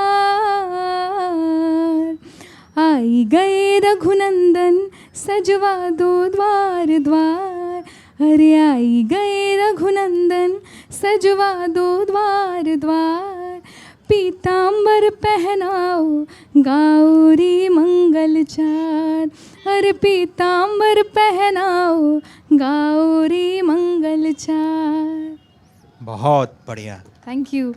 अगर मैं आपसे पूछूं कि आप किसको देखकर इंस्पायर होती हैं और किसकी तरह आप बनना चाहते हैं, किसकी तरह आप चाहती हैं कि आप आगे चलकर गाएं, वैसा आपका नाम हो, कौन है वो? एक्चुअली मैं इंस्पायर बहुत लोगों से होती हूँ, बहुत सारे लोगों की जर्नी से मैं इंस्पायर होती हूँ। लेकिन मैं किसी की तरह नहीं बनना चाहती हूँ, क्योंकि अभी 1 साल पहले आप मुझसे क्वेश्चन पूछते तो मैं कई लोगों के नाम बता देती, इनकी तरह इनकी तरह इनकी तरह। लेकिन मुझे लगता है कि भगवान ने मेरा डायरेक्शन ही बिल्कुल चेंज कर दिया है। इसके पहले तक मैं हिंदी भी गा रही थी और बाकी सारे सॉन्ग्स भी गा रही थी, लेकिन भगवान ने मेरा ऐसा डायरेक्शन चेंज कर दिया है और ऐसी पहचान दे दी है कि मैं अब अपनी तरह ही बनना चाहती हूँ और अपने पे ही काम करना चाहती हूँ, अपने आप को और इम्प्रूव करना चाहती हूँ, अच्छा काम करना चाहती हूँ। आप अपनी तरह बनना चाहती हैं और कई लोग यहाँ पर आपकी तरह बनना चाहते हैं। बहुत अच्छा लगा आपसे बातचीत करके। जाते जाते हम चाहेंगे कि एक और गाना हो जाए, बाकी आप देखते रहिए एबीपी लाइव, मंच आपके हवाले। रामा रामा रटते रटते बीती रे उमरिया, रामा रामा रटते रटते बीती रे उमरिया, रघुकुल नंदन कब आओगे, रघुकुल नंदन कब आओगे, मिलन की डगरिया, रामा रामा रटते रटते बीती रे उमरिया, रामा रामा रटते रटते बीती रे Umaria. Thank you ABP, thank you so much everyone, thank you. कार्यक्रम में आगे बढ़ते हुए धर्म प्रवाह में बात हुई पूजनीय चिन्मयानंद बापूजी महाराज से, जो प्रेरणादायक कथाओं और गहन आध्यात्मिक ज्ञान के लिए विश्वविख्यात हैं। उनकी वाणी में श्री राम कथा का माधुर्य, धर्म का गहरापन और भक्ति का अमृत समाहित है। बापूजी का जीवन सनातन धर्म के मूलभूत सिद्धांतों को जन जन तक पहुंचाने के लिए समर्पित है। धर्म का प्रवाह प्रयागराज में हो रहा है, महाकुंभ का मौका है और ऐसे में ऐसे तमाम संत महंत और कथावाचक हमारे बीच पहुंच रहे हैं जिनके दर्शन शायद आम समय में दुर्लभ होते हैं। और हमारे साथ परम पूज्य बापू चिन्मयानंद जी हमारे साथ जुड़े हैं, अंतर्राष्ट्रीय कथावाचक हैं, आध्यात्मिक गुरु हैं। महाराज जी बहुत स्वागत है आपका महाकुंभ की धरती पर और एबीपी के मंच पर। जय सिया राम, जय सिया राम। महाराज जी, जो आपकी कथाएं हैं, जो आपके भजन हैं, वो हम लोग सुनते रहते हैं, लेकिन महाकुंभ की धरती पर जो सामान्य लोग आ रहे हैं, ये महाकुंभ का तात्पर्य क्या है? क्या है महाकुंभ, ये समझना चाहते हैं। देखिए, महाकुंभ के अवसर पर जो हमारे पुराणों में और शास्त्रों में वर्णन है, यहाँ इस वक्त उसी अमृतत्व की प्राप्ति होती है जो समुद्र मंथन के वक्त देवताओं को प्राप्त हुआ था। भगवत कृपा से उन देवताओं को अमरत्व की प्राप्ति हुई, दीर्घायु प्राप्त हुई, स्वस्थ जीवन प्राप्त हुआ। तो यहाँ पर इस अवसर पर, इन तिथियों में, इस मुहूर्त में पहुंचकर स्नान करने वाले को उसी फल की प्राप्ति होती है जो उस काल में देवताओं को प्राप्त हुई थी। यहाँ पर जो लोग आ रहे हैं पुण्य कमाने के लिए आ रहे हैं, पुण्य कमाने के रास्ते क्या क्या हो सकते हैं? और ख़ास तौर से जो युवा वर्ग है, क्योंकि अब सोशल मीडिया का ज़माना आ गया है, सेल्फी का ज़माना आ गया है, तो जो ये सेल्फी ले रहे हैं उसके बीच वो धर्म और पुण्य का रास्ता कैसे निकालें? मैं देश के युवाओं को एक बात जरूर कहना चाहूँगा कि धर्म को केवल ऊपर ऊपर शून्य देखा जाए, केवल सेल्फी के माध्यम से हम अपने आप को संतुष्ट कर लेते हैं, वो सर्वथा अनुचित है। धर्म का संबंध बाहरी आडंबर से नहीं है, बाहरी कार्यों से नहीं है, धर्म का संबंध हमारी अंतरात्मा से है, हृदय से है। तो हम चित्र लेने की बजाय स्वयं किसी के अंतरात्मा में प्रविष्ट हो जाएं, वो ज़्यादा अच्छा है। तो मैं युवाओं को भी यही कहना चाहूँगा कि भगवान ने इतनी सुंदर आँखें आपको दी हैं, उन आँखों से इस दृश्य का दर्शन किया जाए, कैमरे की आँख से न देखा जाए, मोबाइल की आँख से न देखा जाए। हाँ, यदि आपको कोई बहुत ही अविस्मरणीय स्थिति दिखाई देती है तो आप ज़रूर इसको अपने कैमरे पर कैद कर लें, बाकी तो अपनी इन सुंदर आँखों से इस सुंदर दृश्य का दर्शन जरूर हमको करना चाहिए। महाराज जी, बीते कुछ समय में जो कथा का मंच है उसको लेकर तमाम टिप्पणियां हुई, सोशल मीडिया पर बड़ी बड़ी चर्चाएं होती हैं और यहाँ तक चिंताएं जताई गई कि जो कथा के गंभीर मंच है वहाँ पर जोकर वाली गतिविधियाँ होने लगी हैं। तो क्या आपको लगता है कि ये संकट पैदा हो गया है सनातन धर्म के सामने? मैं तो अक्सर इस बात से चिंतित रहता हूँ कि हमारे धर्म को खतरा विधर्मियों से तो बाद में है, हमारे अपने ही धर्म में रहने वाले अज्ञानियों से ज़्यादा है। व्यासपीठ की अपनी एक गरिमा है, अपनी एक मर्यादा है। जब तक हम उस योग्य न बने तब तक वहाँ पर हमको बैठने का अधिकार नहीं होता है। और यदि हम उस गद्दी पर बैठे हैं तो हम व्यास स्वरूप हैं। हमारे भीतर वो मर्यादा, हमारे भीतर वो गरिमा, हमारे भीतर वो ऋषियों की गंभीरता होनी चाहिए, तभी हम व्यासपीठ के योग्य होते हैं। अभी धीरे धीरे मैं देखता हूँ कथाओं का स्तर बहुत गिरता जा रहा है, जो एक सनातन धर्म के लिए बहुत बड़ी चिंता की बात है। इसलिए तो इस महाकुंभ में मैं आचार्यों से निवेदन करने वाला हूँ कि आप लोग कुछ ज़रूर ऐसे नियम बनाएं जो इन सब पर लगाम लगना चाहिए। जो योग्य है वही व्यासपीठ पर बैठे। व्यासपीठ पर बैठने का अर्थ यह है कि समाज का मार्गदर्शक होना, और मार्गदर्शक वही होता है जिसके स्वयं के आचरण में वो सारी बातें होनी चाहिए। जब हमारे भीतर खुद ही वो चरितार्थ नहीं है तो हम व्यासपीठ पर बैठ कर के किसी का मार्गदर्शक कैसे हो सकते हैं। श्रीमद् भागवत में स्पष्ट वक्ताओं के लक्षण बताए गए हैं। वहाँ पर एक बात बताई गई है, वेद शास्त्र विशुद्धकृत और धैर्यवान, जिसकी वाणी में धैर्य हो, जिसके स्वभाव में धैर्य हो, जिसके भीतर चंचलता न हो, एक गंभीरता हो, एक गहराई हो, वही समाज का मार्गदर्शक हो सकता है। आज़ादी के बाद का जब पहला कुंभ हुआ तो इन्हीं तमाम जो विसंगतियां चल रही थी महाकुंभ में, उसको लेकर अखाड़ा परिषद बना। तो क्या आपको लगता है कि वो वक्त आ गया है कि जब कथाओं की गरिमा, मंच की गरिमा बनी रहे, इसके लिए कोई कथा परिषद बनने की ज़रूरत आ गई है? मैं देखिए 96 से कथा गा रहा हूँ और मैंने हमेशा महापुरुषों के आदेश पर और उनके दिखाए गए मार्ग पर चलता हूँ। कभी भी मैंने व्यासपीठ की मर्यादा तोड़ी नहीं। तो मैं युवाओं को भी यही निवेदन करता हूँ कि आप जब व्यासपीठ की ओर आ रहे हों तो पहले अपने आप को तैयार कर लीजिए। और आपने बिल्कुल अच्छी बात कही अवधेश जी कि अब वो समय आ गया है कि जब हमें व्यासपीठ को भी मर्यादित करने के लिए एक ऐसे मंच की आवश्यकता पड़ेगी जहाँ एक अंकुश लगाना आवश्यक हो गया है।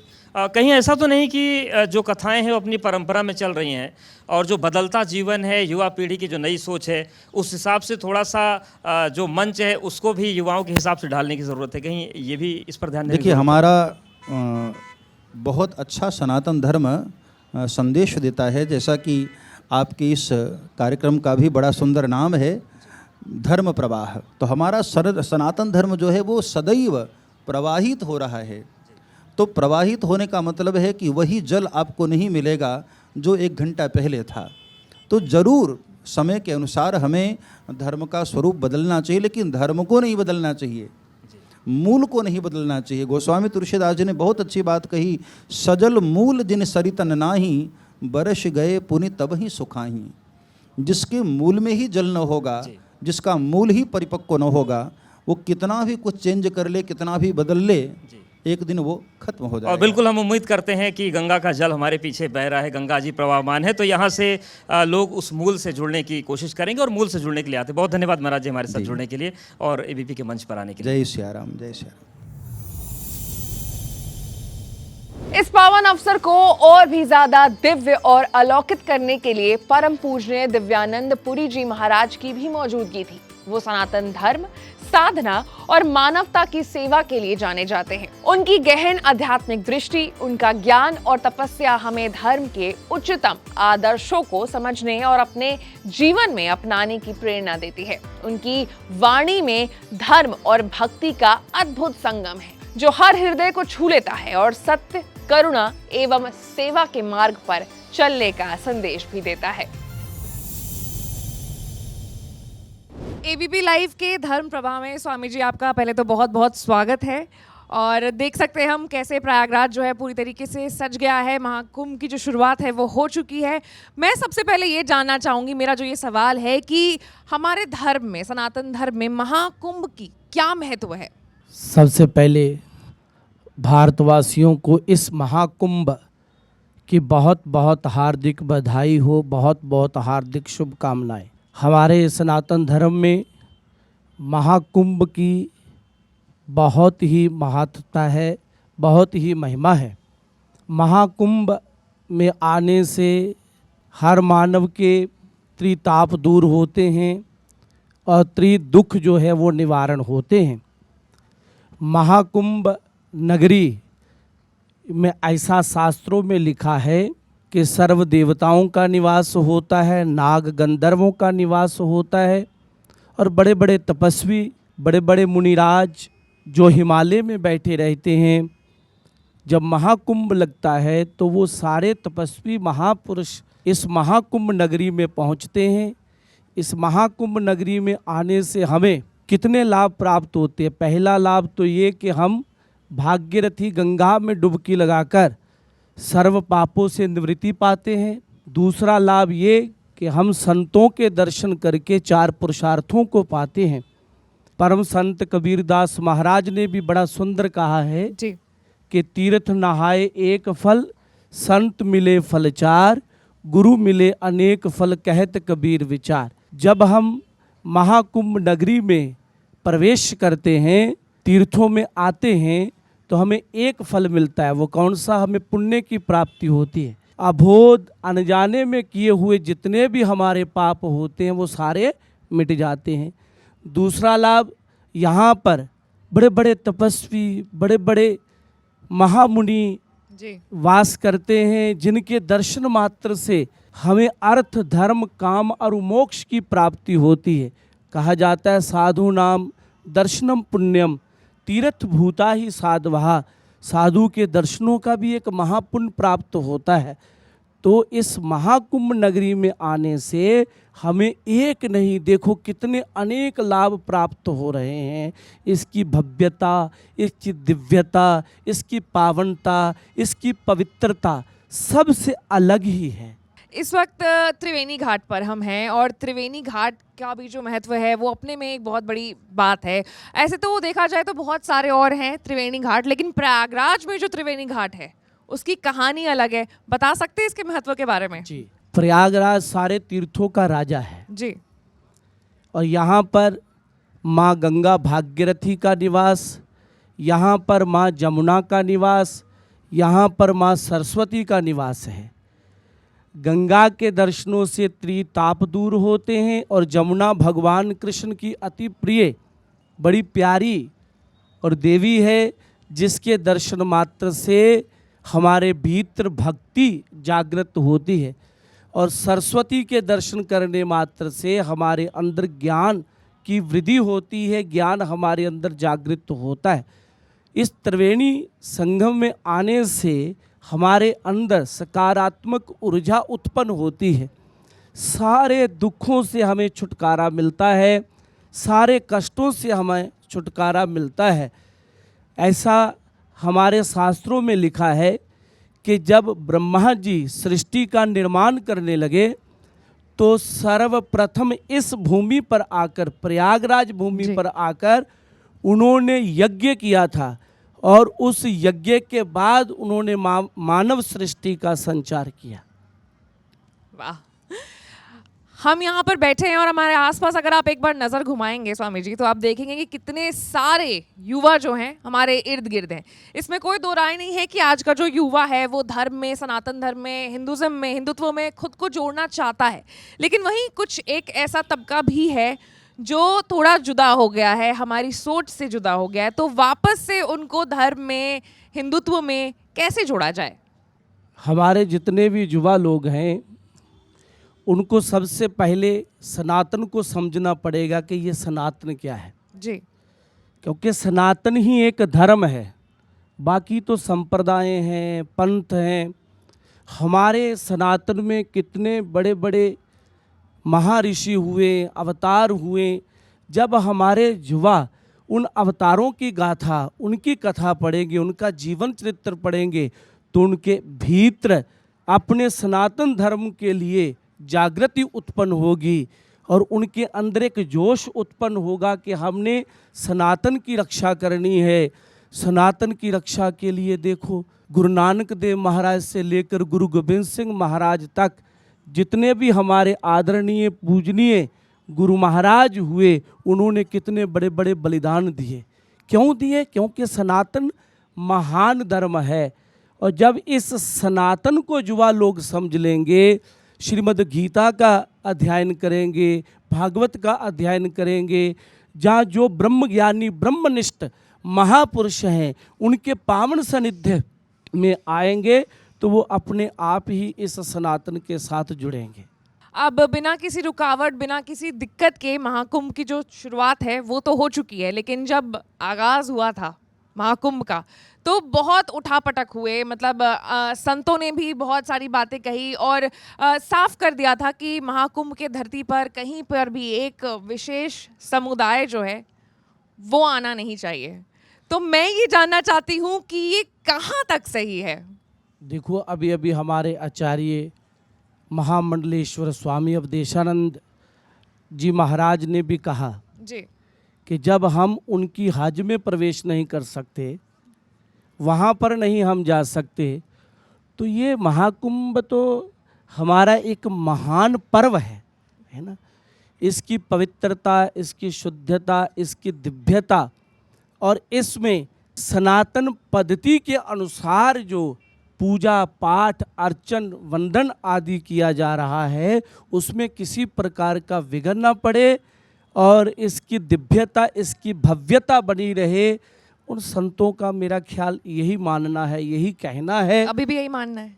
मेरा भी यही मानना है। देखो, हमारे अंगने में आप बोलो, मैं नहीं बोल रही। अच्छा, अब सोशल मीडिया पर ना कुछ ट्रेंड्स चल रहे हैं, मैं आपको बता देती हूँ। एक ट्रेंड ये निकल आ रहा है कि मस्जिद को देख करके भी सर झुका लिया करो, क्योंकि क्या पता वहाँ पर भी कल के डेट पर मंदिर निकल आए। तो ये जो मंदिर मस्जिद की राजनीति हो रही है अपने देश में, हमारे युवा जो हैं, युवा पीढ़ी, वो बहुत ज़्यादा इसमें इन्वॉल्व है। देखो, ये राजनीति नहीं है, ये जो बात है कि वहाँ पर मंदिर है, ये तो सिद्ध बात है, प्रमाण सहित बात है, हमारे शास्त्रों में लिखी है, हमारे उपनिषदों में बात लिखी है। इसमें किसी प्रकार की टिप्पणी होनी नहीं चाहिए। जो प्रशासन अपना काम कर रहा है वो अपना काम कर रहा है, वो सिद्ध हो भी जाएगा, है ना। कि देखो, हमारे महापुरुषों ने, हमारे पूर्वजों ने राम मंदिर के लिए कितना संघर्ष किया, आखिर जीत किसकी हुई? सत्य की जीत हुई ना। तो आगे भी सत्य की जीत होगी महाराज, है ना? सत्यमेव जायते। चलिए, अब मेरा एक आखिरी सवाल है। हम प्रयागराज में बैठे हैं और मुख्यमंत्री योगी आदित्यनाथ को हम सब जानते हैं कि संत भी हैं वो, लेकिन मैं एक संत से पूछना चाहती हूँ कि उन्हें हमारे जो सीएम हैं वो संत के रूप में अच्छे लगते हैं या नेता के रूप में? दोनों रूप में अच्छे लगते हैं। संत के रूप में भी अच्छे लगते हैं और नेता के रूप में भी अच्छे लगते हैं। कारण, क्योंकि एक संत ही जानता है कि इस राष्ट्र को कैसे चलाना है धर्म के अनुसार। संत के अतिरिक्त और कोई नहीं जान सकता, क्योंकि संत के पास धर्म नीति है और धर्म नीति के साथ ही राजनीति को जब हम चलाएंगे तो हमारा देश जो है और वो आगे बढ़ेगा। जो हमारा सपना है कि भारत अखंड बने, भारत विश्व गुरु बने, वो जल्दी ही पूरा होगा। और आदरणीय आदित्यनाथ जोगी जी महाराज का क्या कहना है, जब से इस यूपी में वो और मुख्यमंत्री हुए हैं तब से देखो कितना सुंदर माहौल हो गया। पहले क्या होता था, अब क्या है, कहने की आवश्यकता ही नहीं है, सब लोग देख रहे हैं। और देखो, पहले पहले महाकुंभ, हमारा तो ये चौथा महाकुंभ है ना। अपने गुरुजी के साथ परम पूज्य परम श्रद्धेय श्री पंचायती महानिर्वाणी अखाड़ा के वरिष्ठ महामंडलेश्वर सतगुरु श्रद्धानंद जी के साथ भी हमने महाकुंभ लगाया। उसके बाद वैसे भी हम आए और अब हमने इस महाकुंभ को पूर्ण रूप में अटेंड किया है और कर रहे हैं। और पहले महाकुंभ जब लगते थे वहाँ पर क्या सुविधा मिलती थी और अब ये महाकुंभ जो लगा है इसमें कितनी बढ़िया सुविधा संतों को भी प्राप्त हो रही है और जो श्रद्धालु जन यहाँ पर आ रहे हैं उनको भी बढ़िया सुविधा प्राप्त हो रही है। चाहूँ और देखो सजी हुई है, क्या इसकी भव्यता है, क्या इसकी दिव्यता है। ये देन गंगा मैया की तो है ही है, जमुना मैया की तो है ही है, सरस्वती मैया की तो है ही है, साथ में हमारे आदरणीय पूजनीय यशस्वी आदित्यनाथ जोगी जी महाराज की देन है। आपने अपने बातों में अखंड भारत का जिक्र किया है, मुझे परिभाषा जाननी है, अखंड भारत की परिभाषा क्या है? देखो, अब ये जो भारत पहले अखंड था, खंड खंड हो गया। अब आप दृष्टि डालो, कहाँ कहाँ हमारा भारत था पहले। हम जब इतिहास पढ़ते हैं और कितना महान हमारा भारत था, और उसको खंड खंड किसने किया ये सब लोग जानते हैं। इस खंड खंड हुए भारत को अखंड हम देखना चाहते हैं। वो तभी हमारा सपना पूर्ण होगा जब हम एक होकर आगे बढ़ेंगे। एक होने का मतलब ये कि हम हिंदू हैं, गर्व से कहो हम हिंदू हैं, ब्राह्मण क्षत्रिय वैश्य शूद्र नहीं, केवल हम हिंदू हैं, हम सनातनी हैं। जब एक सोच लेकर हम चलेंगे, एक विचार हम ये लेकर चलेंगे, तो जल्दी ही ये सपना हमारा पूर्ण होगा अखंड भारत का। चलिए, अब स्टेज पर स्वामी जी हो और गाने की बात ना हो, ऐसा तो हो नहीं सकता है, तो अंत करेंगे आपके गाने से। लेकिन महाकुंभ की नगरी का सुंदर है ये नजारा। आप लोग तालियां बजा सकते हैं। महाकुंभ की नगरी का सुंदर है ये नजारा, गंगा जमुना सरस्वती का पावन जल है प्यारा। गंगा जमुना सरस्वती का पावन जल है प्यारा। ऋषि मुनि और संत जन सब भक्त यहाँ पर आते, डुबकी त्रिवेणी संगम में लगाकर परम पद को पाते। इतनी सुंदर नगरी सजी है, इतनी सुंदर नगरी सजी है, हम जाएं बलिहारा। महाकुंभ की सुंदर नगरी, महाकुंभ की सुंदर नगरी का है सुंदर नजारा। बोलो जय जयकारा भक्तों, बोलो जय जयकारा, बोलो जय जयकारा भक्तों, बोलो जय जयकारा। और एबीपी न्यूज़ चैनल जो इतनी बढ़िया कवरेज कर रहे हैं पूरे महाकुंभ की, मैं बहुत बहुत आपको और आपका आभार प्रकट करता हूं और आपको हार्दिक बधाई देता हूं इस महाकुंभ की, जो आप सत्य को आगे लेकर चल रहे हैं। श्री स्वामी जी, एबीपी लाइव भी आपका बहुत बहुत धन्यवाद करता है। आपने आकर के बहुत कृपा बरसाई है धर्म प्रवाह पर, और मुझे लगता है युवा जो है यहाँ पर वो अब जानेंगे, सनातन का महत्व जो है वो समझेंगे। एक बार जोरदार तालियों के साथ धन्यवाद करिए स्वामी जी का। धर्म और सनातन की गहराई और दोनों में अंतर को समझाने के लिए हमारी बात हुई स्वामी शैलेशानंद गिरी जी महाराज से। स्वामी जी आध्यात्मिक ज्ञान, साधना और सनातन धर्म के प्रचार प्रसार में अपना अमूल्य योगदान दे रहे हैं। उनकी गहन दृष्टि और गहन साधना ने उन्हें न केवल एक संत बल्कि धर्म के प्रेरणा स्रोत के रूप में प्रतिष्ठित किया है। उनकी वाणी में वेदांत, शास्त्रों और भक्ति का अद्भुत समन्वय है जो हर श्रोता के हृदय को छू लेता है। प्रयागराज के पावन धरती पर इस वक्त हमारे साथ स्वामी शैलेशानंद गिरी महाराज जी हैं। एबीपी लाइव के धर्म प्रवाह पर बहुत बहुत स्वागत है आपका। महाकुंभ जो है सज चुका है और देश विदेश से तमाम जो लोग हैं वो यहाँ आने वाले हैं, शाही स्नान करने वाले हैं, अपने पापों को जो है धोने वाले हैं। तो सवाल स्वामी जी यहाँ ये है कि पाप देखिए दो तरीके के होते हैं। एक होते हैं जो गलती से हो जाते हैं और दूसरा जो डेलिबरेटली किया जाता है, यानी जानबूझकर होता है। तो क्या महाकुंभ में नहाने से ये दोनों तरीके के पाप धुल जाते हैं? देखिएगा, पाप का एक सिद्धांत है जी। एक कर्म आधारित है, एक प्रारब्ध आधारित है। कर्म दोनों में है जी। पिछले जन्मों का जो पाप कर्म है उसको कैरी फॉरवर्ड होकर के इस जन्म के अंदर हम लोग कई बार भुगतते हैं, और इस जन्म के पाप कर्म कलिकाल के अंदर आंशिक रूप से इसी जन्म में और बाकी का अगले जन्म में भुगतना पड़ता है जी। तो जहाँ तक स्नान का महत्व है, यदि सिर्फ एक बार की डुबकी से पाप खत्म हो जाते तो निश्चय ही ये पूरी धरा जो है पाप से विहीन हो जाती है। एक शुरुआत का बोध होता है। एक डुबकी जो होती है आपके सेमी कॉन्शियस में, आपके अर्धचेतन के मन में कुछ कुंठाएँ, उन पापों की स्मृतियाँ हैं, उनको विलुप्त करती है। और इतने सारे लोगों की इकट्ठी एक संयुक्त इच्छा शक्ति है। उस इच्छा शक्ति का बोध हमें होता है और उसका परिणाम हमें मिलता है, इसलिए हमारे जीवन को नया आयाम मिलने लग जाता है। इसलिए कुंभ की जो डुबकी है इसका विशेष महत्व है। जी धन्यवाद ये बताने के लिए। हिंदुत्व और सनातन ये दो अलग अलग चीज़ें हैं, लेकिन हमारे देश में जो युवा हैं वो अक्सर इन दोनों चीज़ों में काफ़ी ज़्यादा कंफ्यूज हो जाते हैं।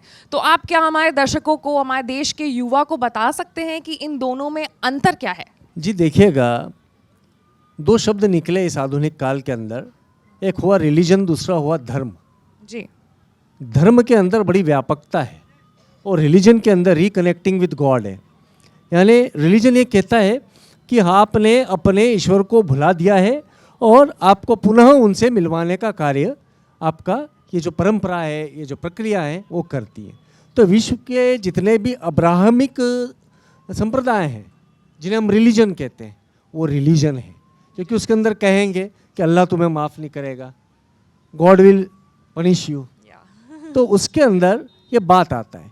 किंतु जब हम सभी रिलीजनों की बात करते हैं तो उसके अंदर धर्म कहता है एकेश्वरवाद की ओर, कि हमारे अनेक रूप हो सकते हैं किंतु एक ईश्वर है। तो उसको कुरान अपने माध्यम से अलग अभिव्यक्त करती है जो कि रिलीजन है, कि नौज़ो बिल्लाहि मिन ज़ालिक। वहीं पर यदि हम बाइबल को देखेंगे तो बाइबल कहेगी कि he is the alone father who sent me on this earth to guide is the shepherd. तो वो एक अकेला पिता है, वो ये कहेगी। वहीं पर हमारे जितने भी पंथ है उन पंथों को देखेंगे तो सिख पंथ कहता है एक ओंकार, कई जगहों पर कहा जाएगा सबका मालिक एक, कुछ जगहों पे कहा जाएगा, ऋग्वेद की तो प्रथम अवधारणा ही है अहम एको अस्मि, मैं एक ही हूँ। तो ये जो विषय वस्तु है ये हिंदुत्व को और सनातन को पूर्णतः परिभाषित करता है। हिंदू सनातन को ग्रहित करते हुए जीवन जीने की एक पद्धति है जिसे हम आदिकाल से जीते चले आ रहे हैं। वो हमारे भूभाग के ऊपर निर्भर करते हुए हिंदुत्व कहला गई, और वहीं पे सनातन तो इस प्रकृति के उदय से लेकर के तो अंत तक है, जिसका जो कभी अंत होना नहीं है। तो ये बात पक्की है कि सनातन के ऊपर आधारित प्रत्येक संप्रदाय है, प्रत्येक रिलीजन है। कुछ उसे प्रत्यक्ष स्वीकारते हैं, कुछ उसे अप्रत्यक्ष स्वीकारते हैं। जो प्रत्यक्ष स्वीकारते हैं वो हिंदू है। तो हिंदू और सनातन को इस परिप्रेक्ष्य में हमें लेना होगा। चलिए, अब क्योंकि मेरा दूसरा सवाल भी जो है वो युवाओं के लिए ही है, मैं भी खुद युवा हूँ और तमाम इन सवालों से मैं भी कभी कभी जूझती हूँ। अब आजकल एक नई बात सामने आ रही है, वो है आइडल वर्शिप को लेकर के। कुछ युवा हैं जो ये सोच रखते हैं कि भगवान अगर हर तरफ हैं तो हम फिर किसी मूर्ति की पूजन क्यों करें, मूर्ति आइडल वर्शिप क्यों करना चाहिए। उन्हें मूर्तियों को पत्थर कह करके वो रेफर करते हैं। तो हमारे धर्म में मूर्ति पूजन की कितनी महत्व है? देखिएगा, इसकी शिक्षा की एक पद्धति है। यदि आपको KG1 KG2 से होते हुए ग्रेजुएशन तक जाना है तो कॉपी पेन तो उठाना है। भले ही आप सुपर इंटेलिजेंट हो, एक्स्ट्रा ऑर्डिनरी हो, तब भी आपको एग्ज़ाम देनी है और लिखना है। तो मूर्ति पूजा एक प्रारंभिक अवस्था है जिसके अंदर अंतर के ईश्वर को आप बाहर निकालते हैं, और उसके अंदर जब प्राण प्रतिष्ठा करते हैं तो जो आपका अंतर का ईश्वर या बाह्य का ईश्वर यानी सर्वव्यापक ईश्वर जो है उस एक पिंड के माध्यम से अभिव्यक्त होता है। तो मूर्ति पूजा भी उतना ही महत्व रखती है जो कि आप ध्यान के अंदर निराकार की पूजा करते हैं। तो उस मूर्ति पूजा से अपने आप को एक प्रेरणा लेनी चाहिए कि यदि हम कोई साकार देते हैं, निराकार को एक आकार देते हैं, तो उस आकार को हम अपने हृदय से बनाते हैं। आप ध्यान करिए कि भारत माता हम अभी की बात कर रहे हैं ना, आज़ादी के समय की, तो सन्यासी रेबेलियन के समय क्या हुआ था? सन्यासी क्रांति के समय पर एक नई देवी की संरचना हुई, और वो देवी कौन सी थी? भारत माता। सारे सन्यासियों ने एकत्रित होकर के विद्रोह जब करना था उसके पहले एक मंदिर बनाया, और उस मंदिर के अंदर दुर्गा के आयुधों से, जितने प्रकार की दिव्य ऊर्जाएं उनके आयुधों से, उनके ज्ञान से अभिव्यक्त एक माता बनाई, जिसका स्वरूप उन्होंने भारत के भूभाग से दिया, और उनको भारत माता की जय कहकर के उद्घोष करा, वंदे मातरम का, जो बंकिम चंद्र ने अपने उपन्यास के अंदर लिखा, आनंद मठ के अंदर।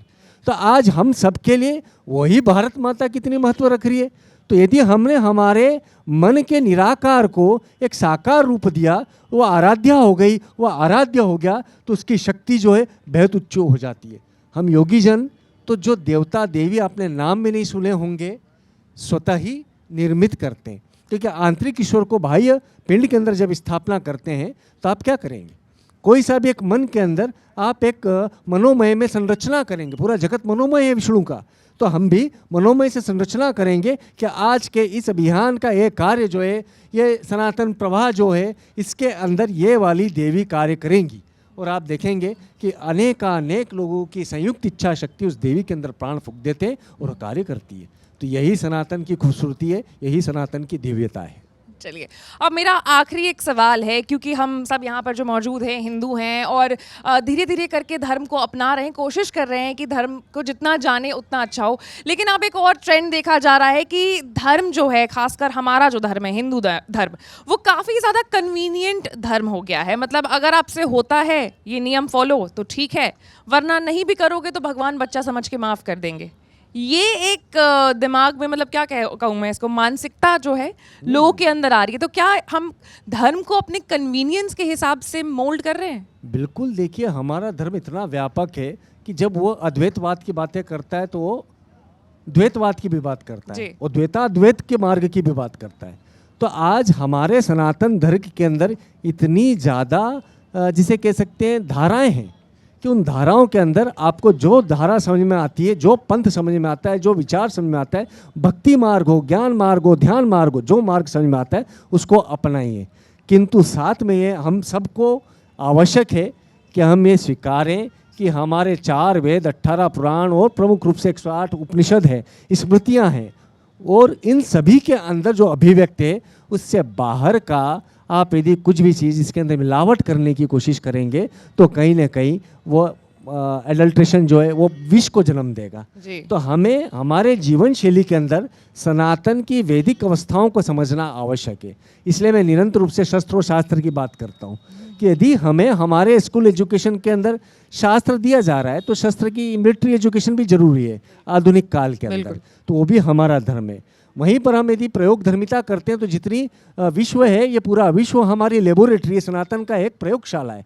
इस प्रयोगशाला में भी हम निरंतर प्रयोग करते रहें और सनातन को तभी हम व्यापकता दे पाएंगे जब हम इसको और व्यापक बनाएंगे। कुंद कर देंगे ना, तो विवेकानंद जी ने क्या कहा था जी? संपूर्ण विश्व प्यासों की तरह आपकी ओर तक रहा है कि एक चमत्कार भारत से निकलेगा और संपूर्ण विश्व को सरोबार कर देगा। और आप हैं कि अपने आसपास कुएं की दीवार बनाते चले जा रहे हैं कि ये नहीं आना चाहिए, वो नहीं आना चाहिए। सबको आने दीजिए, हमारी खूबसूरती को दिखाइए, देखिएगा हमारे सनातन के अंदर वो ताकत है कि यदि कोई विधर्मी भी आ जाएगा तो उसका धर्म छोड़ करके, उसका संप्रदाय छोड़ करके हमारी शरण में आता है कि नहीं आता है। इसलिए हमें बहुत व्यापक होने की बेहद आवश्यकता है। चलिए, धन्यवाद आपका बहुत बहुत स्वामी जी यहाँ पर आने के लिए, और ख़ास करके युवाओं को मैं कहूँगी तो एनलाइटन करने के लिए धर्म की तरफ, सनातन की तरफ। शुक्रिया। एबीपी लाइव को भी मेरी ओर से हार्दिक साधुवाद, धन्यवाद। ओम नमो नारायण।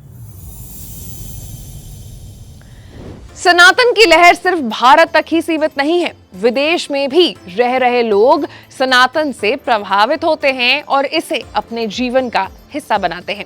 और इसी कड़ी में हमने बात की एक ऐसे व्यक्ति से जो पिछले कई सालों से वृंदावन की पावन धरती पर श्री कृष्ण का नाम जपते हुए गुजार रहे हैं और सनातन के वैभव का प्रचार कर रहे हैं। उनका नाम है सनक सनातन प्रभु।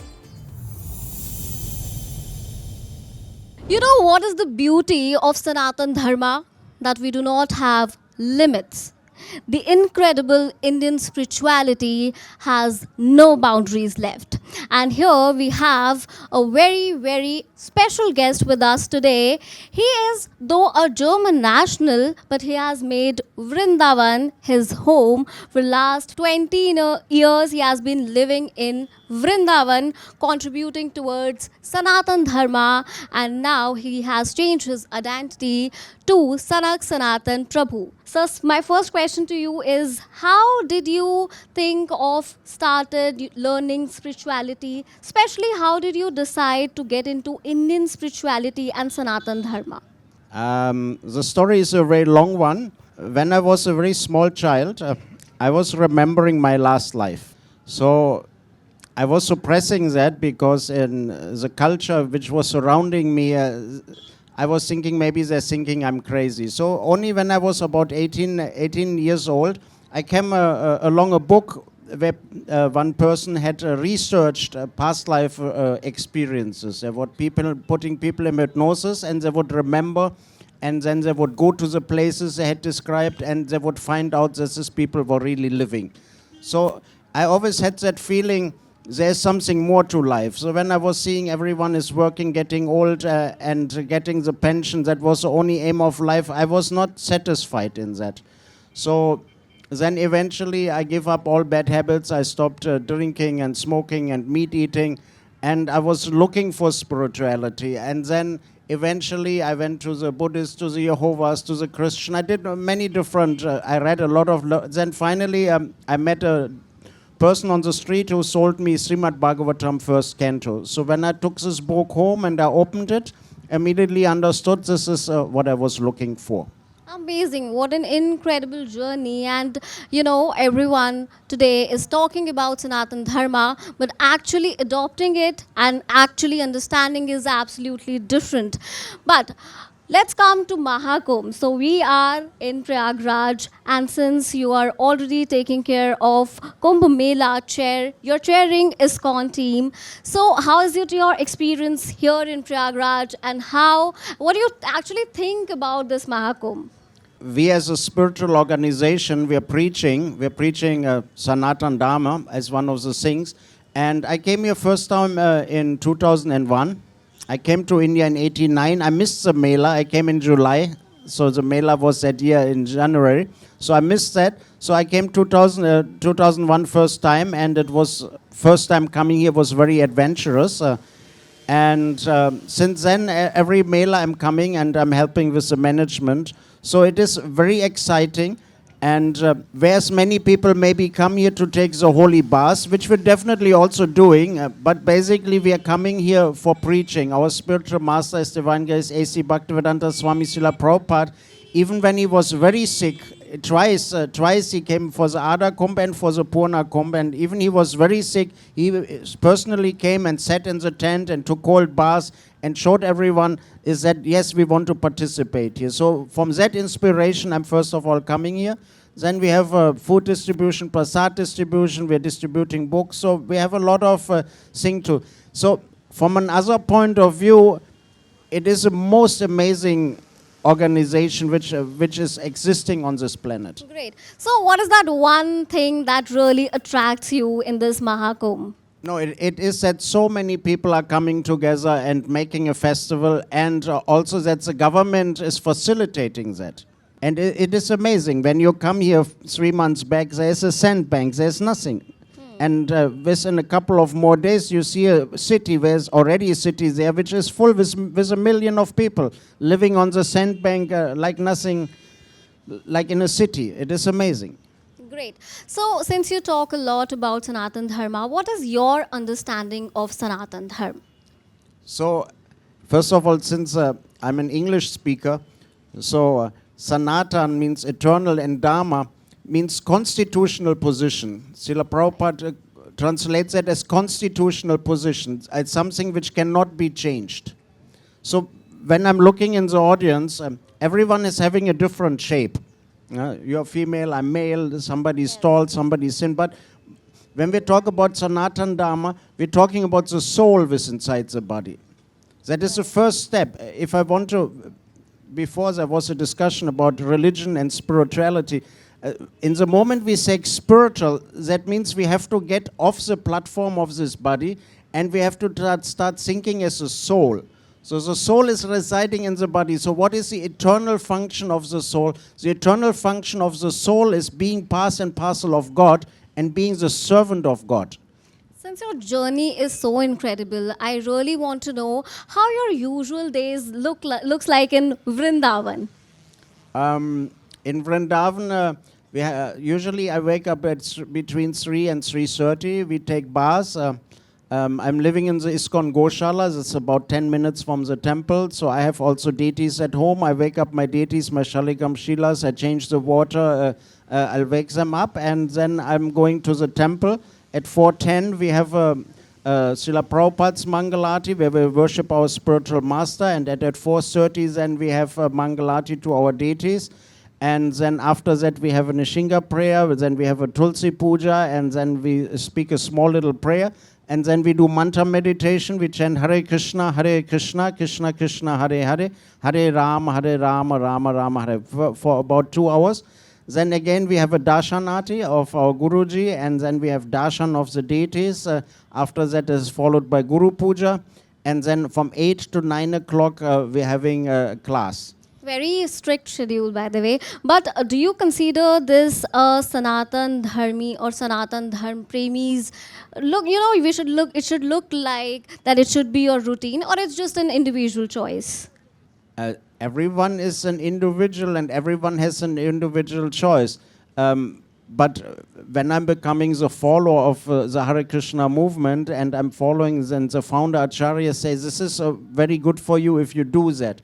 Now, somebody wakes up at 3 o'clock, you can also wake up at 6 o'clock, or my daughter wakes up at 6:30 and then she goes there at 7:15, or she comes in the afternoon and attends another artist. That is individual. How far you want to drive it, that is up to yourself, right? Yeah. Where you want to go. You talked about cow seva. So in India, it is, we worship cow and we really value that. But sometimes it also becomes part of controversy. So how do you perceive that? Do you think that it should be worshipped, or how do you take it? So me personally, being a worshipper of Krishna, Krishna comes from Goloka Vrindavan. He's coming from the planet of the cows. In Vrindavan, he's herding the cows. So without cows, there is no Krishna, and Krishna is never without his cows. So cows are holy for us. But also in general sense of Sanatan Dharma, or even what you call Hindu Dharma, the cow is worshipable. All the demigods which are existing inside the body of the cow. So if you worship the cow, you get great benefit. And if you do any offense to the cows, that will definitely be not good for you. So we have to very clearly understand that the cow is not a machine to provide milk, and when the milk is finished, then the machine is useless and we replace her with another machine. The cow is holy, and the cow is almost like a spiritual being. It's like a deity. So once we approach the cows like that, then we can derive great benefit from the cow. Has your life changed after your adoption of Sanatan Dharma? What differences do you see within yourself and in your life? Well, I would say before my life was aimless. Okay. And now my aim is to go back to the spiritual world. So I'm very focused on that aim, and I'm very much fulfilled. Great. When you're looking after money or material items, you never really get success. If you get 1 million rupees, 1 crore rupees, and thinking, okay, now let me spend it on a big car, and then I want a big flat. So it is never. You find people, even they're extremely rich, they're still working from morning to evening to get more money. If they have enough money, they can buy a whole island and fly around in the helicopter, but still they're working also. So when you go the spiritual path, and the happiness comes from inside, the soul itself is Sat, Chit and Ananda. It's full of bliss and full of knowledge, and is eternal. So when you tap into that Ananda, you're totally fulfilled.